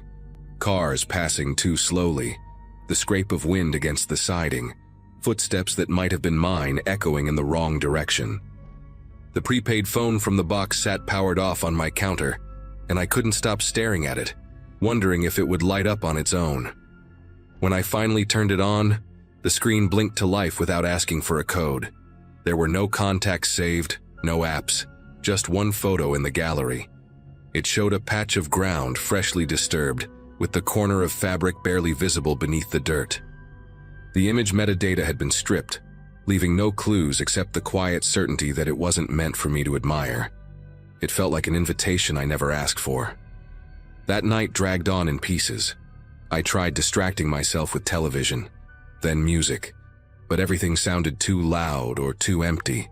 At some point, another message came through the same encrypted account, asking again for feedback, phrased almost cheerfully. The casual tone made it worse, like the sender enjoyed pretending this was a normal transaction. I noticed then that the account name matched a phrase written on the inside cover of the notebook, something I hadn't paid attention to before. That detail stuck with me more than the photo had. It suggested planning, patience, and a long awareness of how this would play out. Whoever sent the box hadn't acted on impulse. They had waited for someone like me to bite. I made the decision to involve the authorities the next morning, bringing everything with me in sealed bags. The reaction was measured but tense, the kind of calm that doesn't promise comfort. They recognized Hannah Cole's name immediately and asked questions I struggled to answer, like why I'd ordered the box in the first place and how much I'd interacted with the seller. The notebook and clothing were taken away, and the phone disappeared into an evidence locker. An officer advised me to stay with a friend for a while and keep my routines unpredictable, which sounded surreal coming from someone in uniform. Before I left, another message came through on my phone, unread by them. It simply said, "You weren't the first choice." That sentence followed me out of the building and all the way to the borrowed couch I slept on that night. Weeks passed without another message, and eventually the silence became its own kind of answer. The investigation didn't lead anywhere public, and I stopped checking forums altogether. The part that stays with me isn't the fear anymore, but the realization that someone out there used a missing person's life as leverage, as proof of reach. The box was never about shock value or entertainment. It was a test, a way to see who would look closely enough to understand what they were holding. I still don't know why I was chosen in the end, or what happened to Hannah beyond what's already known. All I know is that curiosity used to feel harmless to me, and now it feels like something that watches back. Eventually, I stopped waiting for another message and focused on doing something practical instead of spiraling. I moved out of that house entirely, not dramatically, just quietly, packing my things over a weekend and leaving no forwarding address tied to my name. I changed numbers, scrubbed old accounts, and abandoned the online spaces where I'd first found the listing. It wasn't about running away so much as removing myself from the path I'd unknowingly stepped onto. The authorities never told me outright to disappear, but their silence said enough. No updates, no reassurance, just the understanding that some doors, once opened, don't close cleanly. I told myself relocation was temporary, a pause until the anxiety eased. Deep down, I knew it was permanent. Months later, a detective contacted me once more, asking if I'd noticed anything unusual after the move.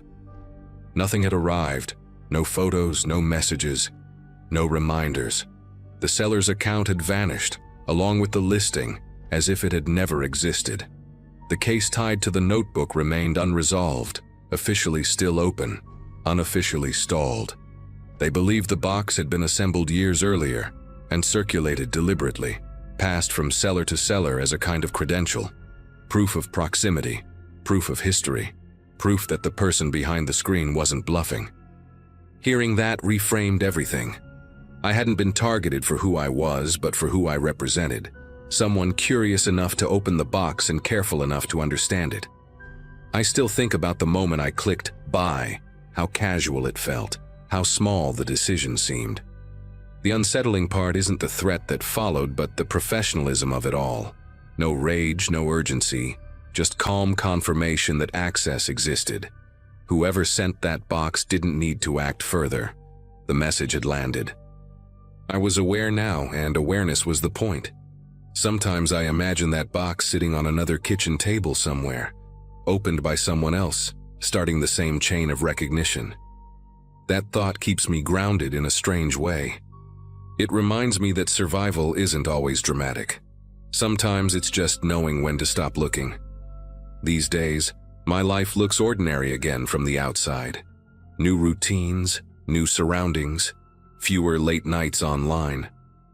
I don't chase mysteries anymore, and I don't open doors just because they're there. When people joke about dark web stories or mystery boxes, I stay quiet.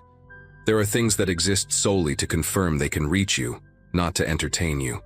I learned that lesson without anyone knocking on my door or saying my name out loud, and I'm grateful for that. If this story sounds restrained or unfinished, that's because it is. Some experiences don't end with answers. They end with distance, and that's the best outcome I could have hoped for. Late nights had become routine for me during that period, mostly because my sleep schedule was wrecked, and the apartment felt quieter after midnight. I'm Jason, and at the time I lived alone in a small rented place above a closed-down bookstore, working remote tech support and barely seeing anyone in person.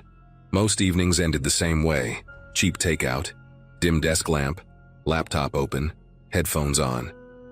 That night wasn't special in any obvious way, and that's probably why it stuck with me so hard later. I remember the faint hum of my old ceiling fan and the way the hallway light outside my door flickered every few minutes. I had been bouncing between forums out of boredom, clicking links without much thought.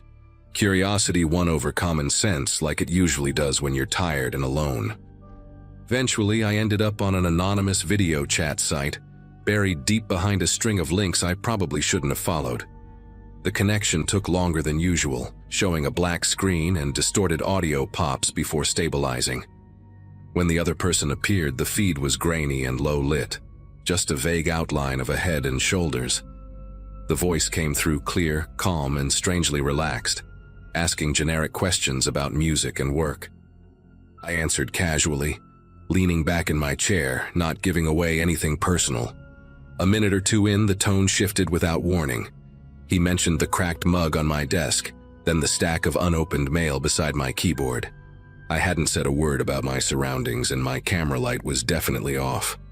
I laughed it off at first, assuming a lucky guess, but the way he described the peeling sticker on my laptop lid made my chest tighten. That detail wasn't visible unless you were in the room or watching from my end. The video started stuttering after that, freezing every few seconds while the audio kept going. His mouth would stop moving, but the voice continued, responding to things I hadn't finished saying yet.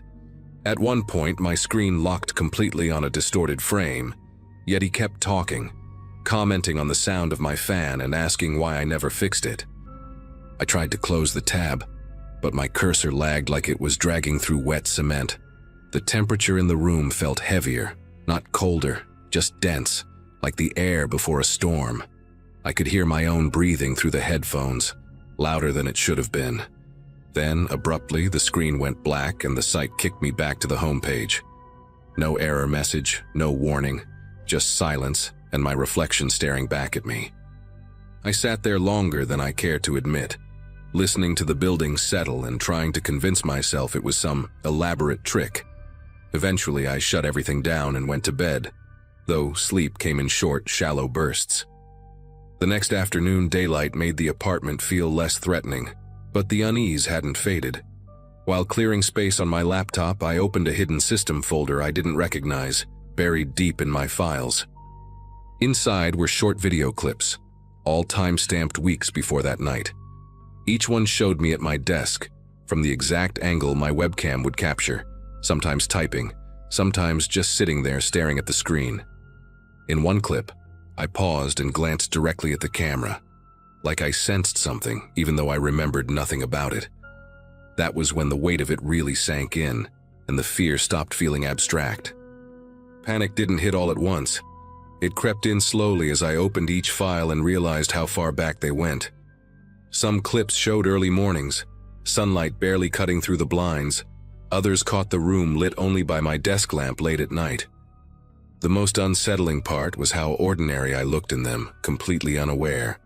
In one video, I adjusted the webcam slightly, something I don't remember ever doing. Another, I leaned in close to the screen, squinting like I was reading something specific. My throat felt dry as I checked the metadata and saw the files had been accessed repeatedly, not just created. Whoever did this didn't just watch once and disappear. They came back. That evening, every small sound in the apartment felt amplified. The fan hummed unevenly, the pipes clicked behind the walls, and footsteps from the stairwell lingered longer than usual. I covered the webcam with tape, unplugged it, then unplugged the laptop entirely, even though part of me knew that might already be pointless. Opening my router settings revealed unfamiliar login attempts from addresses that didn't match anything local. One device name stood out, labeled with a string of characters that looked almost intentional, not random. I reset passwords, changed settings, and shut down anything I didn't recognize.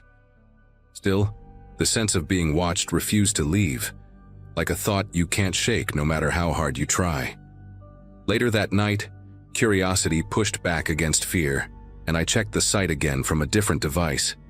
The homepage loaded, but my username history was gone, wiped clean. No record of the session, no trace I had ever been there. As I scrolled through my files once more, I noticed something I had missed earlier. A short audio clip saved separately from the videos. It was just background noise at first. The fan, my typing, a faint city sound through the window. Then a second voice came through, quiet and close, speaking words that matched what had been said during the call. Hearing it outside the context of the chat made it feel much more real, much more intentional. By the end of that day, I stopped trying to explain it away. I contacted a specialist through my job, someone who dealt with security breaches, and handed over everything without keeping copies. The advice was blunt. Wipe the system completely, replace hardware, move on. I followed it all, relocated a few weeks later, and rebuilt my routines from scratch. Nothing like that ever happened again, at least not in a way I could prove. Still, sometimes late at night, I catch myself lowering my voice around devices, aware of how easily access can happen without permission. That one night didn't just scare me, it permanently changed how safe alone feels. Months passed, and the fear dulled into something quieter but heavier. Life looked normal on the surface again. New apartment, new laptop, new routines. Still, certain habits never left. I positioned screens away from where I slept, avoided mirrors reflecting monitors, and shut devices down completely instead of letting them rest. Friends noticed I flinched when video calls lagged or audio desynced, but I never explained why. Talking about it felt pointless, like trying to describe a sound you only hear in dreams. Part of me hoped that by staying silent, whatever had happened would lose interest. Another part knew silence had never really stopped anyone before. One evening, curiosity pulled me back to my old backups, the ones I'd stored on an external drive and sworn not to touch. I plugged it in, half expecting nothing to load, half expecting something worse. Most of the data was gone, corrupted during the wipe process, but one folder remained intact. Inside was a single text file I didn't remember creating. The contents were short, written like notes, describing my habits in unsettling detail. When I stayed up late, how often I paced while thinking, which nights I talked to myself without realizing it. At the bottom was a line mentioning the video chat, phrased like an observation rather than a memory. That was the moment I understood this wasn't random curiosity on someone else's part. It was study. I deleted the file, formatted the drive, and destroyed it physically this time. Not out of panic, but decision. There was no winning by trying to understand the person behind it. No closure waiting in more evidence. I reported what little I still had through proper channels and accepted that I might never get answers. What mattered more was reclaiming some sense of control, even if it was symbolic. I started leaving lights on, keeping curtains open at night and refusing to let fear dictate every choice. The feeling of being observed slowly faded into the background. Never gone, but no longer consuming everything. Toggle. Now, when people talk casually about anonymous platforms or joke about webcams watching them, I don't laugh along. I listen. I know how ordinary that night felt before it turned strange, how easily curiosity slipped into vulnerability. Nothing dramatic ever followed. No knock at the door. No final message explaining it all. It simply stopped. And somehow, that silence is what unsettles me most. Whatever crossed into my life that night didn't need to announce itself again. It already knew enough. Running a small independent channel online had always felt like shouting into a tunnel and listening for an echo.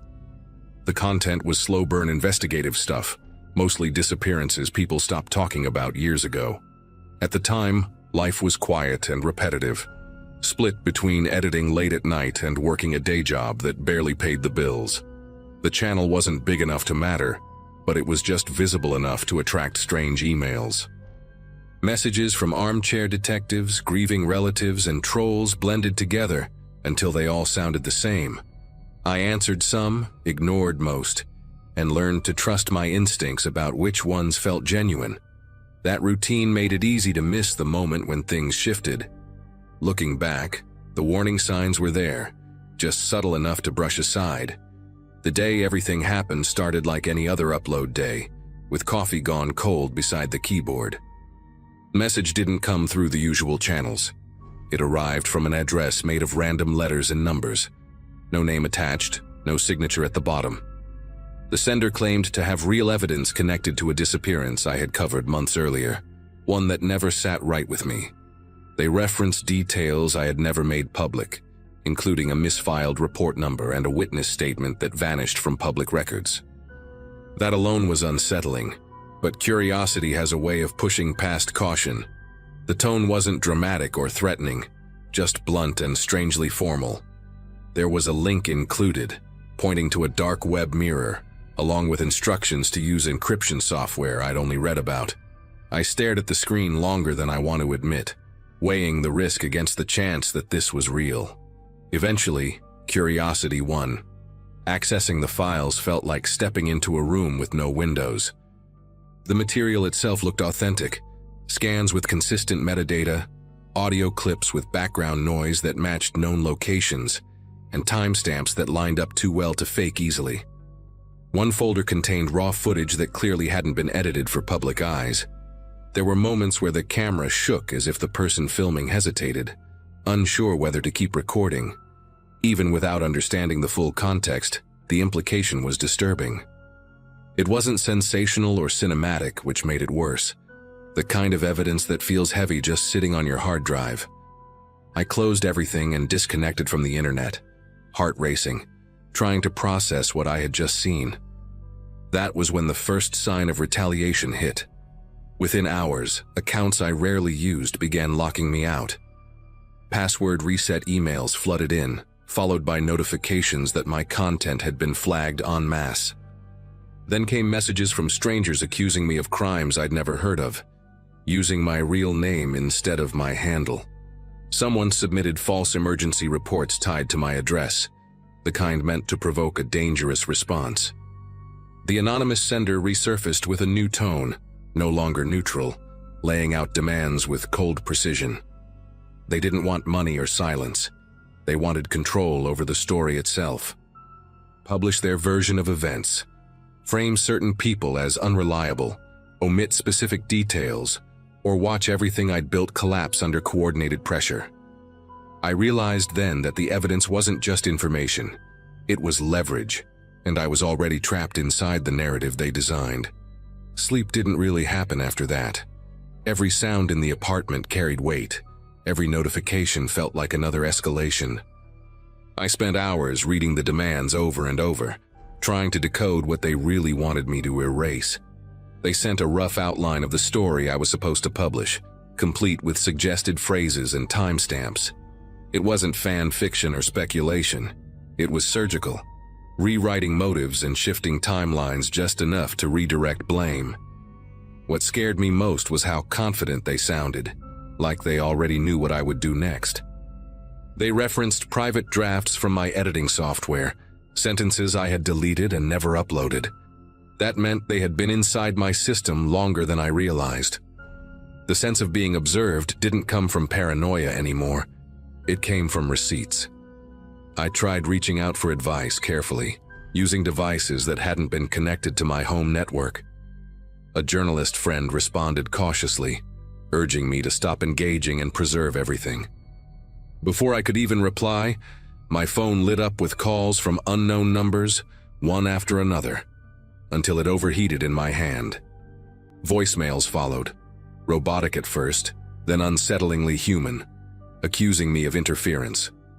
Online, threads popped up dissecting my personal life with eerie accuracy, listing old addresses, relatives, even a photo taken through a window I never remembered posing for. None of it asked for ransom. It was all pressure, tightening minute by minute, designed to isolate me until compliance felt like relief. I understood then that this wasn't about hiding the truth, but reshaping it. The breaking point came when a patrol car showed up outside my building after a fabricated welfare check. Watching through the blinds as officers knocked on my door was surreal, like seeing a scene from my own channel play out in real time. I managed to explain enough to avoid escalation, but the message was clear. They could reach into the physical world whenever they wanted. Another encrypted message arrived shortly after, acknowledging the visit with disturbing casualness. The sender reminded me that narratives don't need to be true to be effective, only consistent and loud. I felt backed into a corner where every option carried risk. Publishing their version meant becoming a mouthpiece, while refusing meant losing control entirely. I made a decision that afternoon, driven less by bravery and more by exhaustion. Instead of posting their script, I released a short video stepping away from the case altogether, citing safety concerns without details. Simultaneously, I handed copies of the files and communication logs to a legal advocate recommended by my friend, using a chain of custody I hoped would protect me later. The retaliation didn't stop immediately, but it lost momentum, like a storm running out of fuel. Accounts quieted, false reports ceased, and the anonymous messages slowed to silence. The evidence never saw daylight in the way I once imagined, and that still bothers me. What stayed with me was the realization that truth can be treated like contraband, traded and threatened, not for profit, but for power over the story itself. Days passed in a strange half-normal rhythm, where grocery trips and emails coexisted with the lingering sense that the walls had ears. Work on the channel slowed to a crawl, not because of fear alone, but because trust in the process had fractured. Editing software felt hostile, like a room that had already been searched. Even harmless comments under older videos carried a new weight, every username a question mark. Friends noticed the distance in my voice when we talked, the way I deflected simple questions. There was no dramatic climax after that decision, just a long exhale where nothing else happened. Silence became the loudest outcome, and part of me wondered if that had been the goal all along. Eventually, the legal side moved forward quietly, without spectacle or updates I could share. The files went somewhere beyond my reach, sealed into procedures I didn't fully understand. That brought a measure of relief, but also a hollow feeling, like handing off a truth and never learning where it lands. Online, the smear attempts faded into the background noise where they belonged. New rumors replaced the old ones, and attention drifted, as it always does. The attackers never confirmed retreat or defeat, only absence. That uncertainty lingered longer than the threats ever did. It taught me that power doesn't always announce itself when it leaves. Months later, confidence in technology never fully returned. New habits formed without conscious planning, small changes meant to reduce exposure. The channel survived, smaller and quieter, but still mine. Viewers noticed a shift towards safer topics, though few questioned it openly. Those who did received vague answers, because specifics still felt dangerous to share. The experience stripped away the illusion that independent creators operate outside influence. Influence just wears different clothes at smaller scales. Control doesn't need a headline to function. Looking back, the most unsettling part wasn't the hacking or the intimidation. It was how easily information became a bargaining chip, reshaped to serve whoever held it last. Evidence that should have clarified a disappearance instead became a weapon to rewrite it.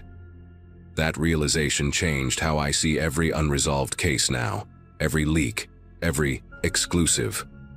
Some truths aren't buried because they're lost, but because someone is actively deciding which version survives. Stepping away kept me safe, but it didn't bring closure. The story still exists, just fragmented, living in places I no longer follow. That's the part that stays with me, even now.